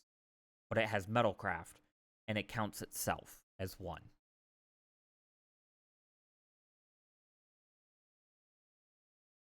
So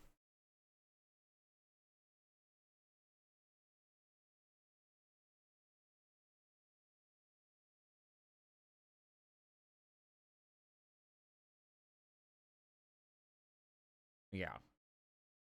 This deck's already $300. I don't really want to do much. And that's based on TCG prices. That's not min-maxing my prices if I get a card here or a card there. And I use Card Kingdom as the other place because I actually live decently close to there. I don't even know why I have Lenoir Elves in here. Yeah. I'm going to take out Lenoir Elves. That made sense, but kind of doesn't. Especially with all the fixing I have.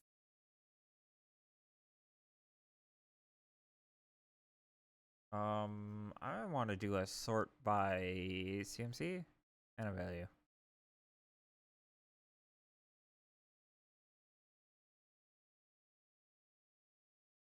Because this lets me see what I can play early versus late.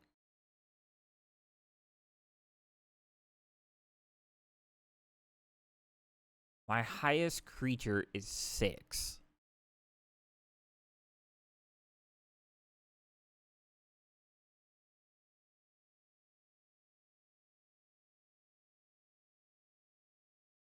Branching Evolution's only $2, and it's a powerful card in this kind of deck. That's funny. Sorry I do a lot of price comparisons, but, you know, making a deck on a budget, too. You kind of have to think about that. I technically could proxy it to test it out. That's a lot of cards to proxy. A friend of mine probably has, like, Chocobo Raceway. Probably get the big cards, but, like, I already own Bristly Bill. So...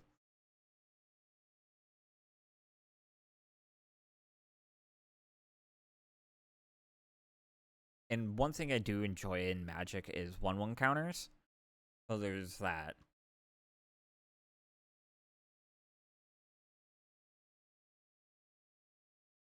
Okay, now the land support package. Oh, let's figure this shit out. So, I need to figure out one other card to take out.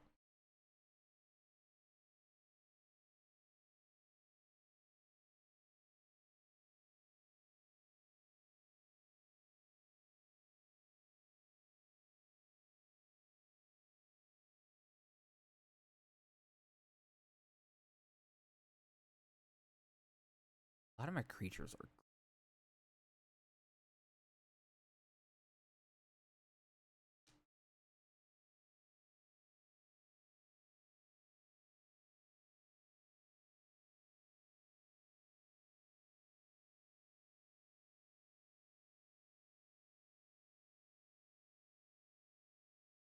Having these 3 in here for ramp support is nice.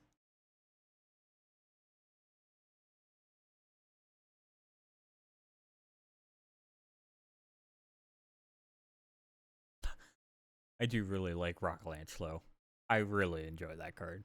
And it has flashback, which is nice. And then the vehicle package, there's not a lot of green in the vehicle package. So I might want to lean...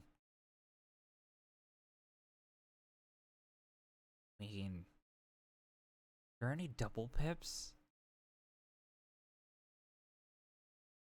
No.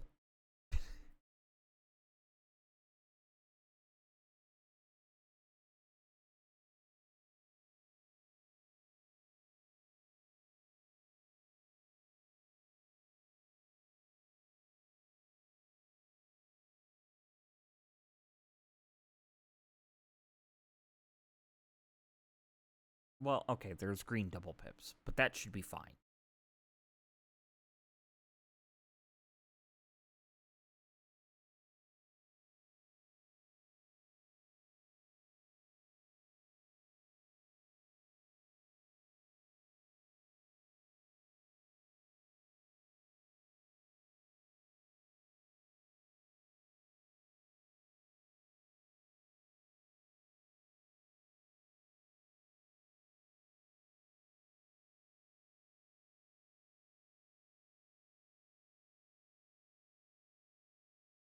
Bellator's Retreat kind of feels out of place.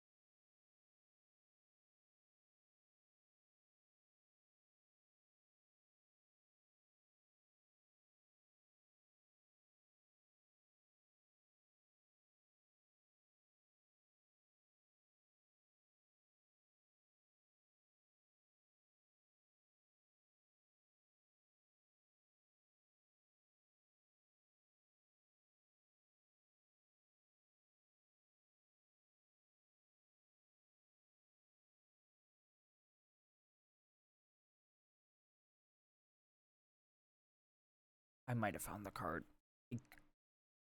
I think it's going to be Locomotive. And I'm going to put it in the maybe board because I do like the Locomotive. But here's why. If Wentoff is out, my artifacts are lands, and if I have Yavi Maya, my lands are forests. I don't need the treasures. Because I have a bunch of green mana.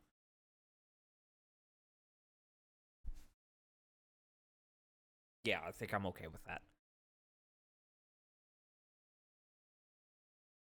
So, again, I really like this. I'm going to go to the playtester real quick. You might not see all of it, but I kind of used the playtester here to see if my land ratio is nice and to see what I'm going to be getting in my hands. So, like this hand here, I have a Vener's Fair, a mountain that could just be a different land. I don't have green, but I have the Foundry Inspector, which +3. The Arcane Signet, which is 2. So technically I have green to get the Badger Mole out. Oh, and Urza's Workshop.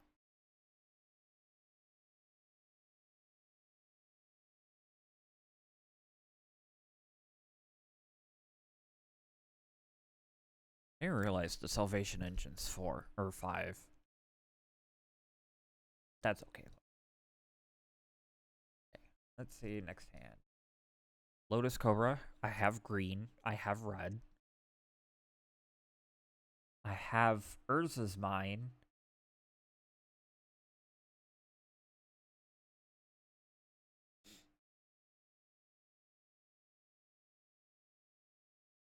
Which, with Lotus Cobra on the very next turn, I could get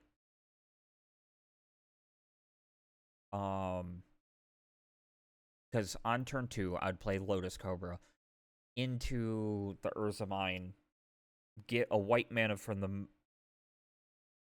Here, this is what I'll do. So, since it's commander, draw first turn. Okay, I have a power plant, so that's 2 online. So I will play Mountain. Turn passes.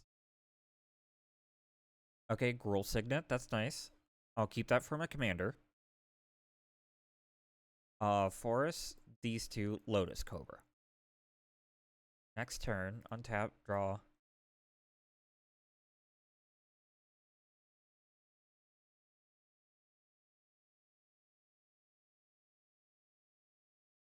Okay.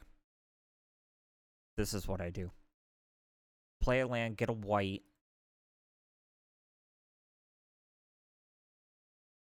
Get my commander out. Don't attack. End step. This becomes a land creature.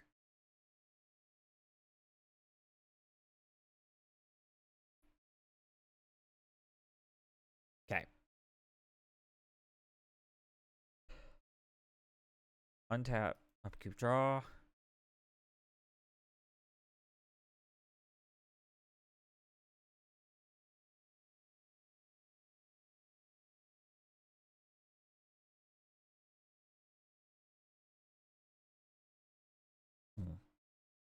What do I do here? Because now I have options.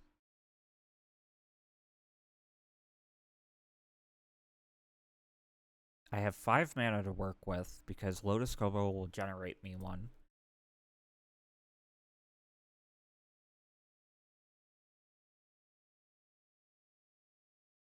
Philosophy will generate me one.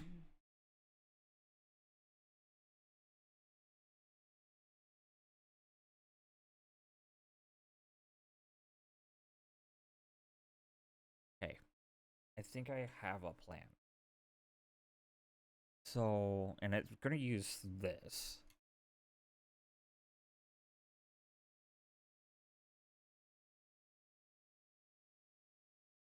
Two, Gruul Signet. Gain a land. Token. So I have 2, 3.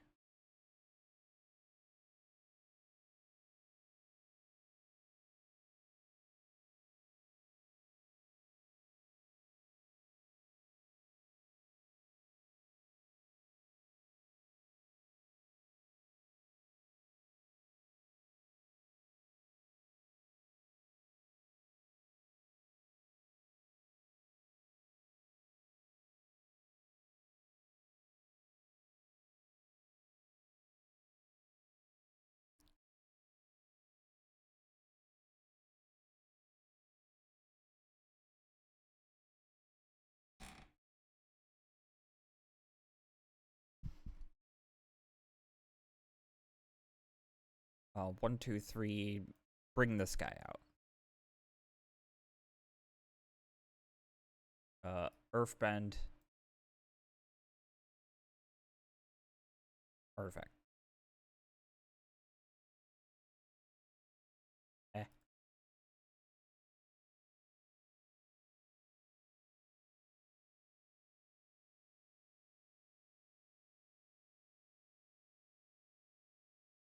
I didn't play land that turn.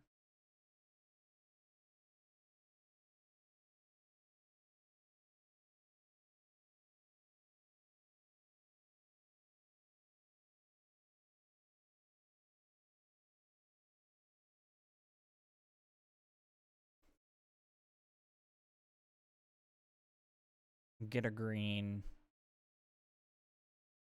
Green. 1.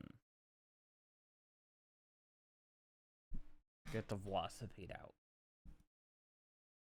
Gain a lot. No.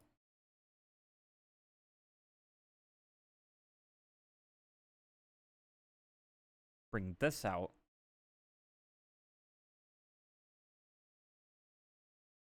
I have this.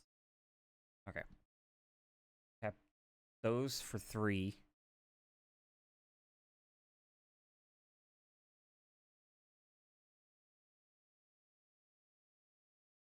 Uh, 2. With the green.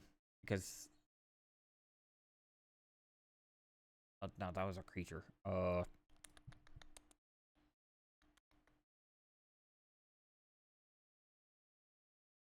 Fuck it. This.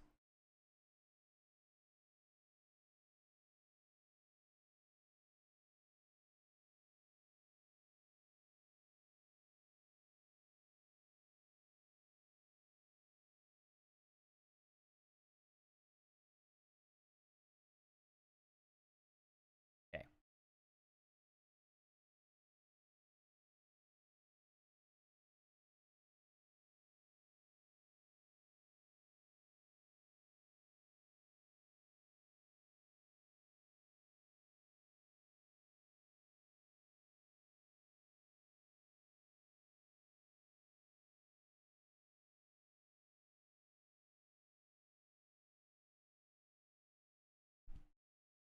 I kind of put Evolving Wilds in here as a joke.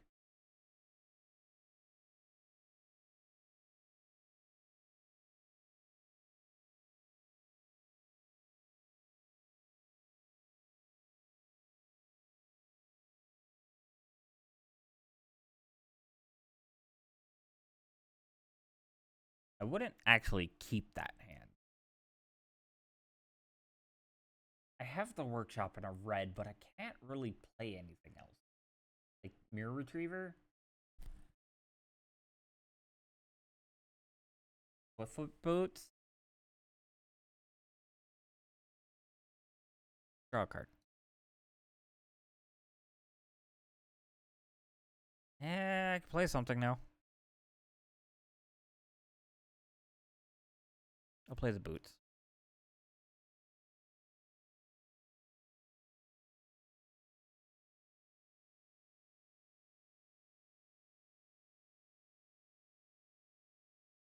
I need that green. Yeah, so, okay. Back to deck. Let's start fixing. So I'm going to do something. Is shock. These are the shock lands I can use. Boom, boom, boom. Done. Let's go take out one of each.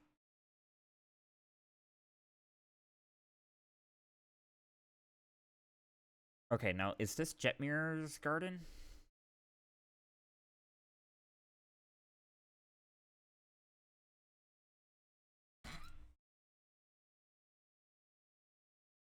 Forest Mountain Plains, yep, okay.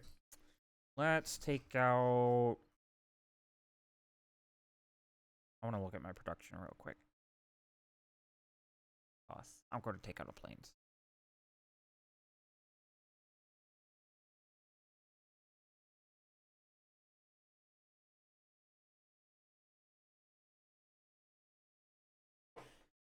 Okay.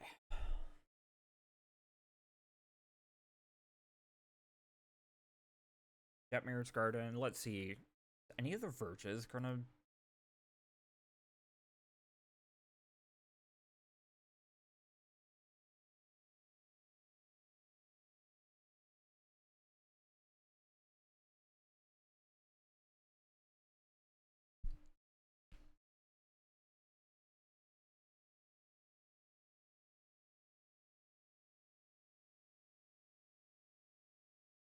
Okay, what are the Verge lands called?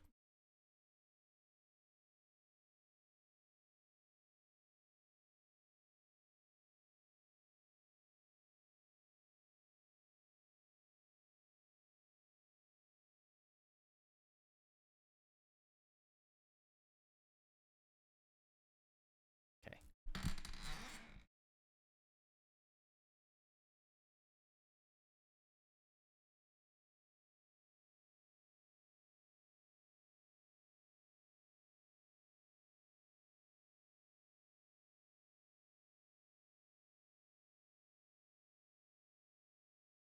This one actually is one of the ones that I would not run.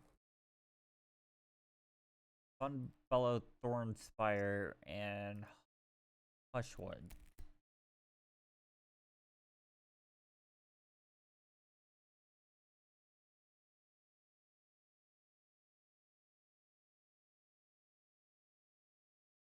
These lands are actually really good. Take out one of each again. Boom. Boom. Boom. So those are the Verges.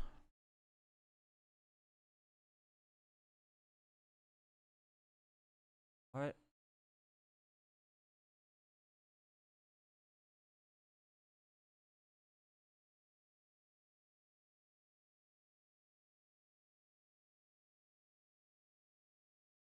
Uh,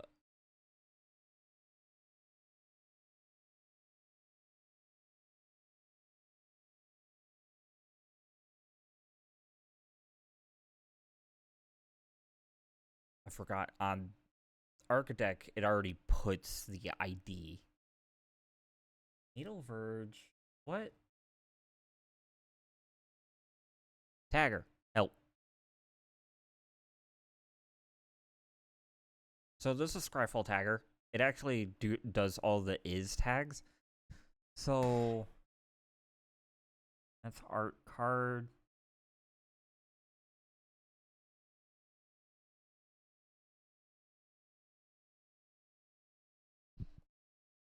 pathway?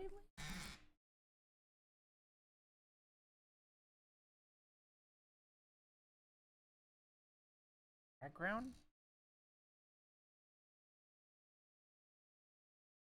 So I'm gonna add in Crag Crown and the green white one.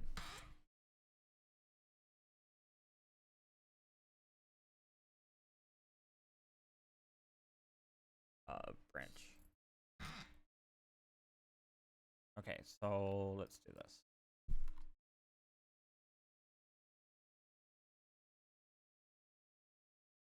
Oh, hey. Crag Crown. Branch here. Get rid of a mountain and a plains.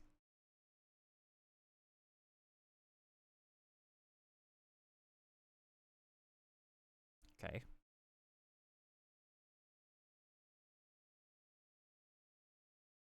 So my production of green is at 29%. I need more green in the deck. Panel lands?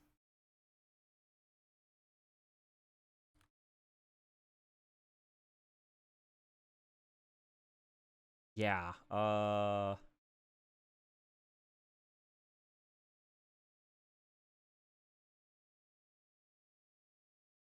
there we go. Boseiju.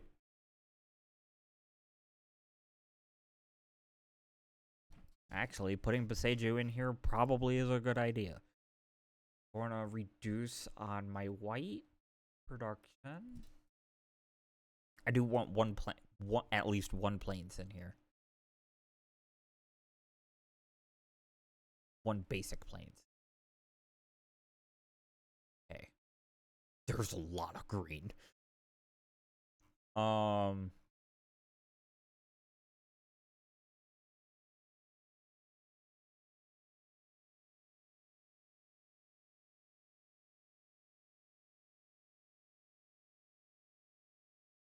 gonna put that in the maybe board.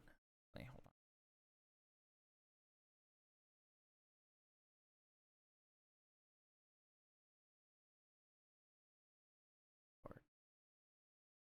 Okay.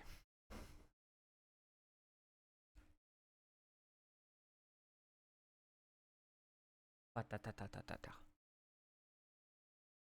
my music stop? Oh my god, it stopped again. I'm so sorry. I'm listening to a stream on the side,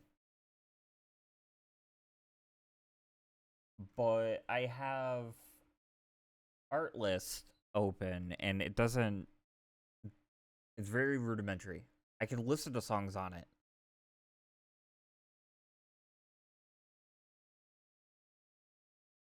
So check out Artlist. There's a lot of great talent on there creating stuff. I will say it does have AI art, but I can't really stop that from being on their website. I don't have that power, but I will say support musicians wherever you can.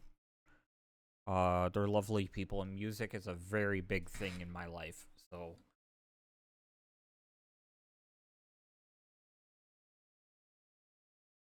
okay, let's figure out. Also, I could close that.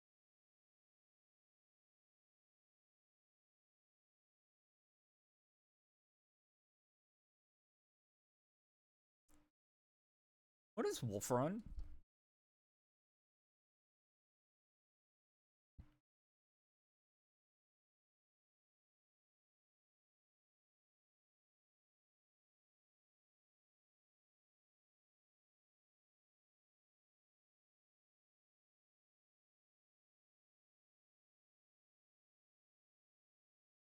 That's not the one.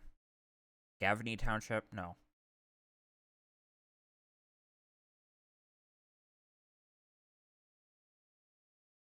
I could put Keswick Wolf Run in here.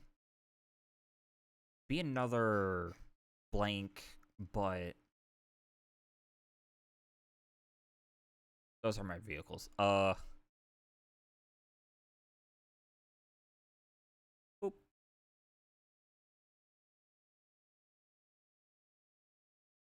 That's fine.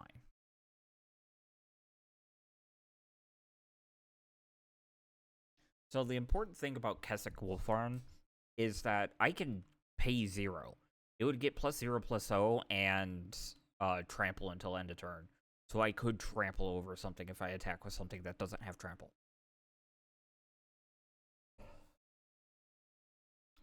Those are pathways.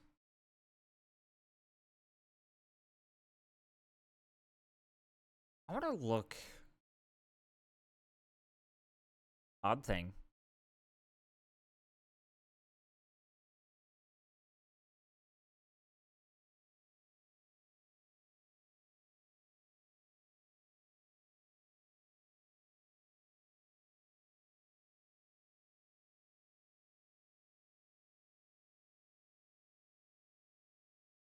Abandoned Air Temple.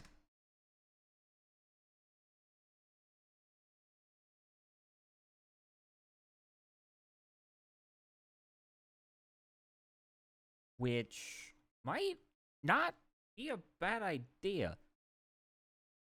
What's its tap ability do? Oh, it's for 4.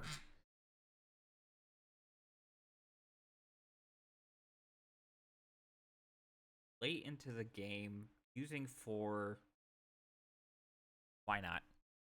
And it can enter untapped if I control a basic.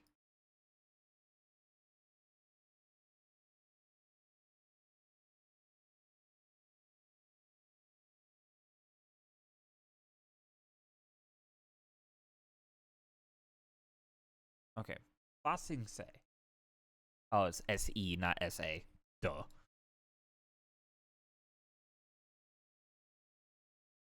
Earthbend and only do it as a sorcery, which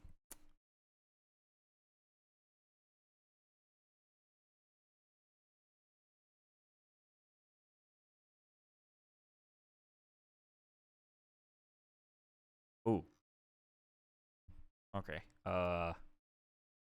So white, red, not red, green go down. So I want to keep my production where it's at.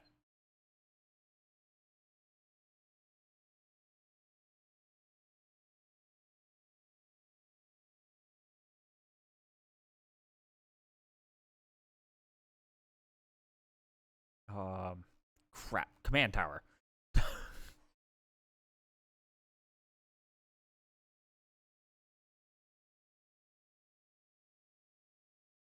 Now, the question is, what do I do?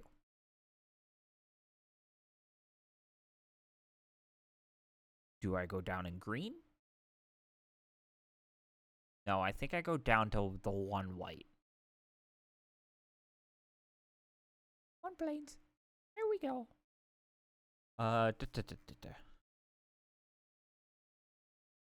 That's good.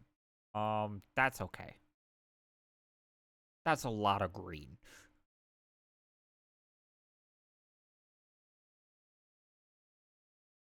But that's also why I put Yavi Maya in this deck to turn all my lands into green. And the artifact lands when she's out. Fucking hilarious, by the way. And I mean, she forces Earthbend, which is okay. So the one weakness of Earthbend is that they do turn into creatures, meaning my lands can be destroyed by card effects. So having the Citadel in there might not be a bad idea. They're not the Citadel. I have what's her face? Kiyoshi. Avatar Kiyoshi.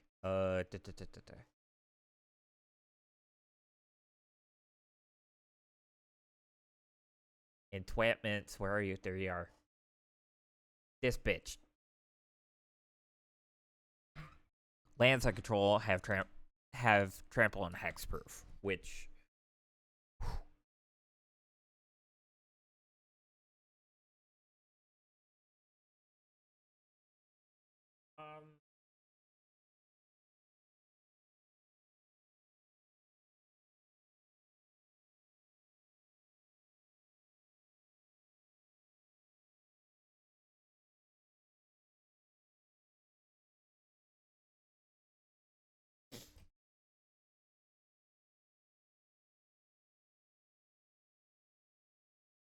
So Vergelands, nice.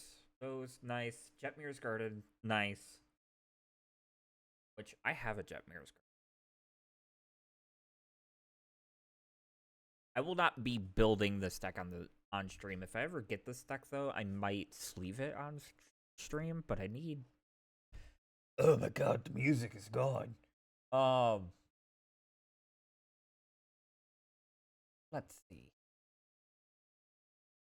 Feeling rocket right now.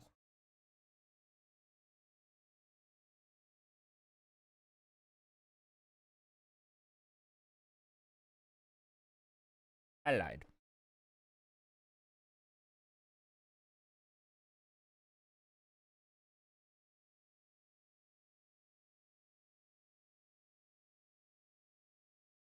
Here. I'll just listen to this again.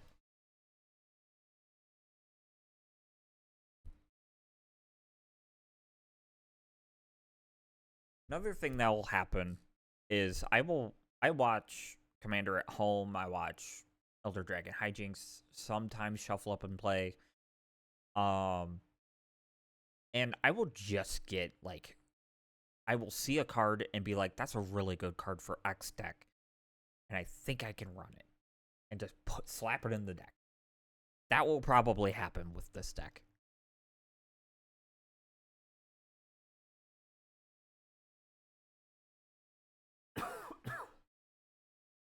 Pardon me. Look at this.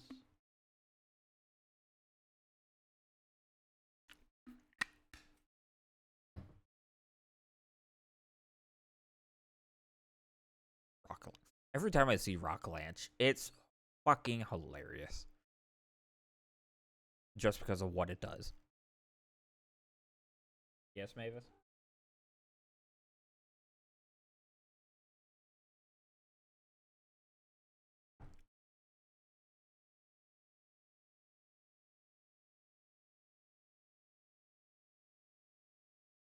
Do you need something?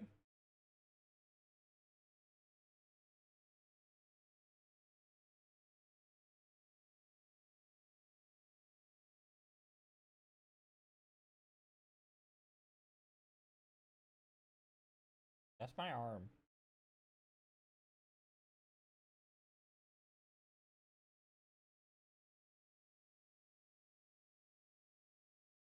Okay, let's see. Venter's Fair's in here, which, yeah, okay. Buried Ruin, which, okay, yeah.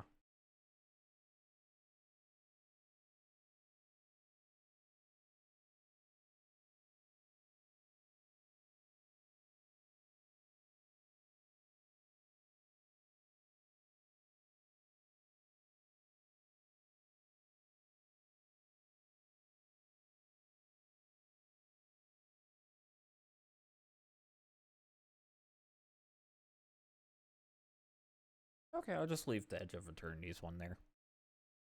Kind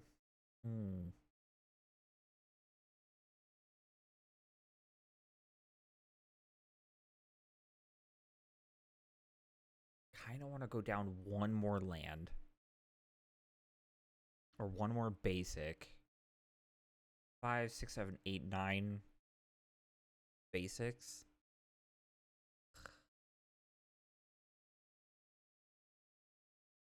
Should I run Rootbound Crag? Rootbound Crag's the green-red check land that checks to see if I have a plains or a or not a plains, a mountain or a forest out. Since that's my highest, my two highest right now, these two could do that.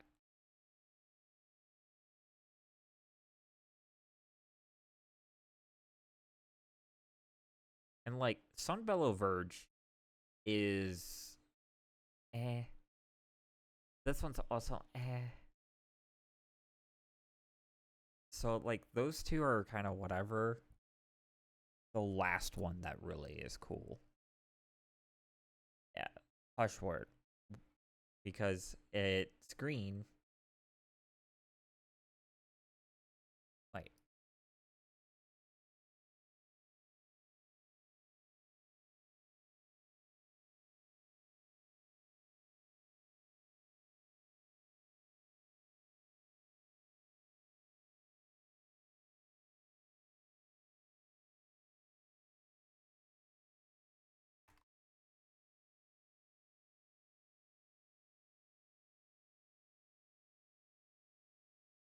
should be.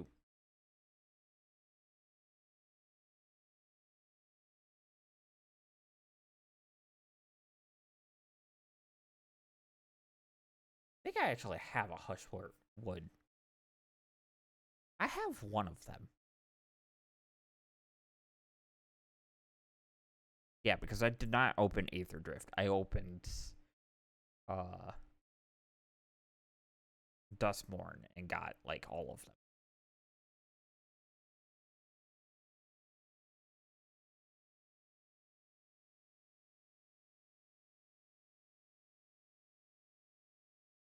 My thought is they might make another set of 10 where they're flipped, which would be nice. So like instead of add mountain, it would add green, but add a mountain if I have both.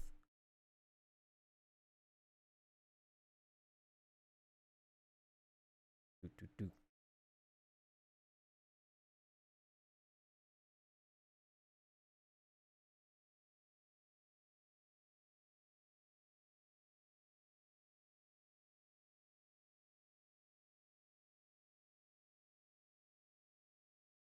I really enjoy this deck. Now, let's go to the playtest. See, now this might be a better hand because I have Bossing Say, Bakalanch, the Air Temple, which both don't come in untapped. It's kind of important. Temple Garden. So let's keep this. Okay, Inventor's Fair. So let's take the Owie and do that.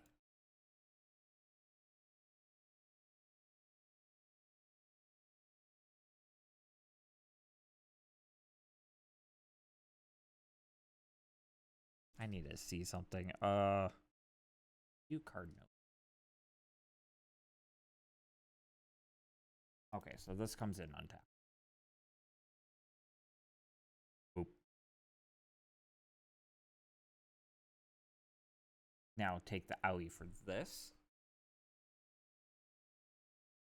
So do green, white, colorless, red. Bring out Commander.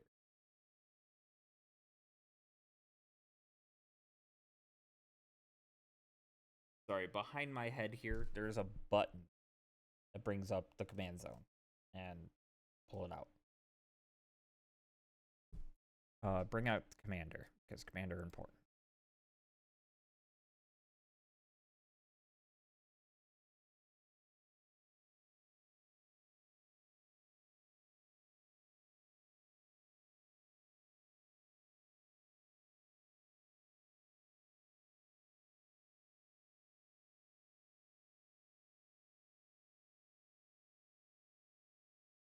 Yeah.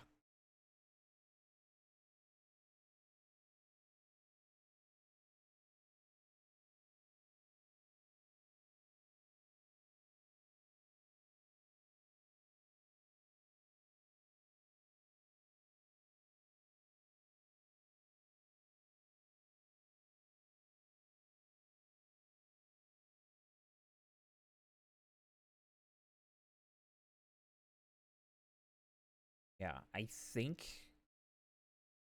Let me go back into the playtest.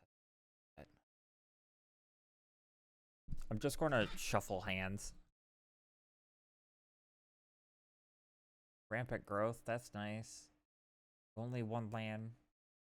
It's a Sacred Foundry. Ah.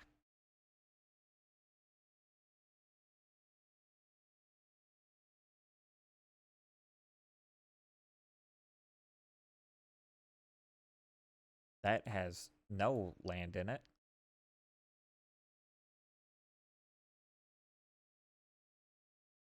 Now, for a deck that cares about lands, or not lands, but artifacts, very low on the land side.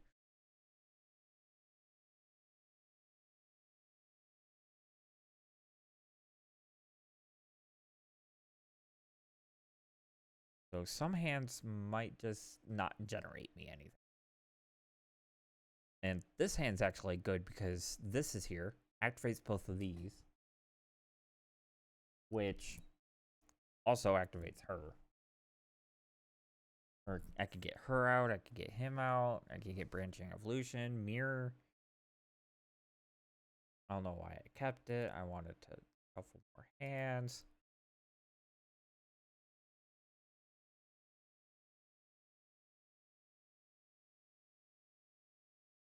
Yeah, yeah.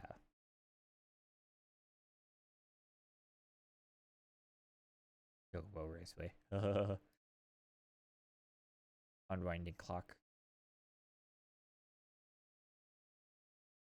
Okay, yeah. I for a 1.0 of Carbender, I enjoy this. This is actually not a bad deck, in my opinion. Um, the deck is currently private. I might make it public. I should just make it public. Or not public, but unlisted. So if you want, yeah.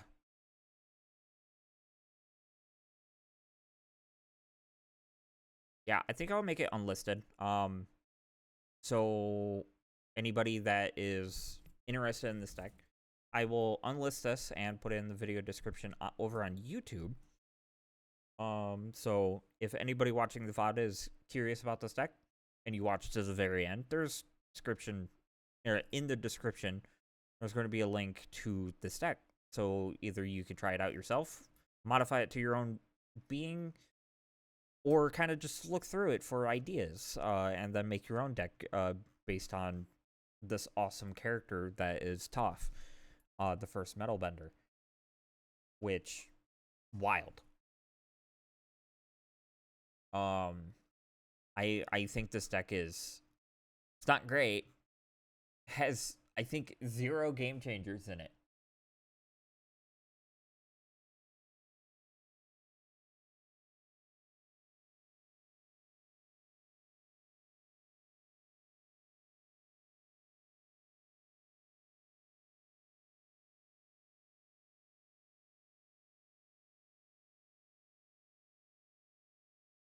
Yeah. It has 0 game changers, but I think is a decent deck to just play with friends.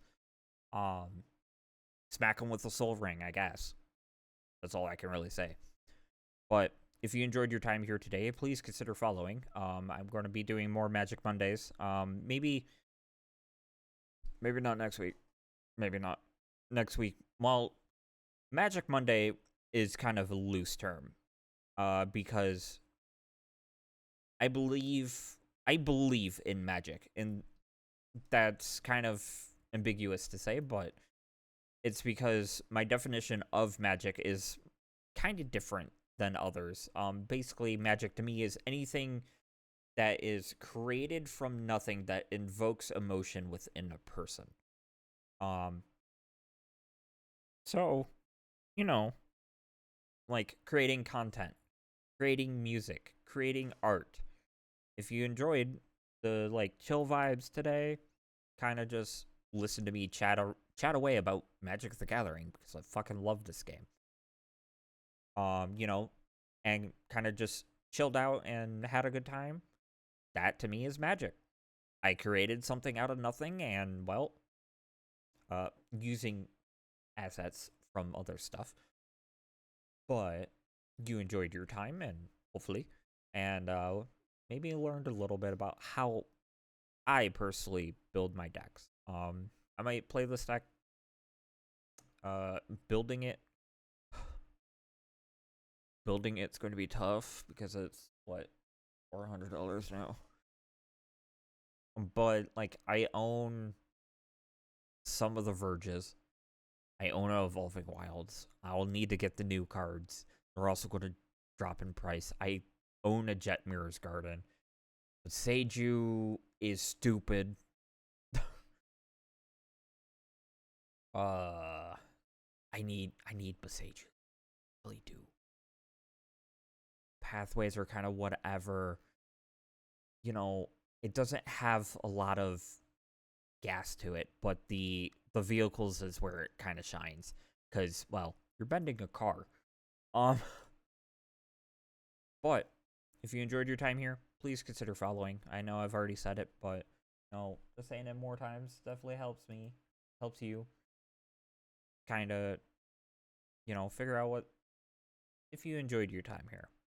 I know uh I enjoyed talking a lot, but if you don't know, I do upload all of my videos over on YouTube, linked below the live stream here. So that if you ever miss a video, you could go watch it over on YouTube. Because the Twitch does not save my videos. That's nice. Also, the videos on there might be a little bit quiet because I realized after I was done that my volumes were wrong. So I played through Pokemon Legends ZA. I did mostly the first couple streams. I did a couple longer ones, and they had side quests in them. And then I eventually said, "Screw the side quests." Really, cat?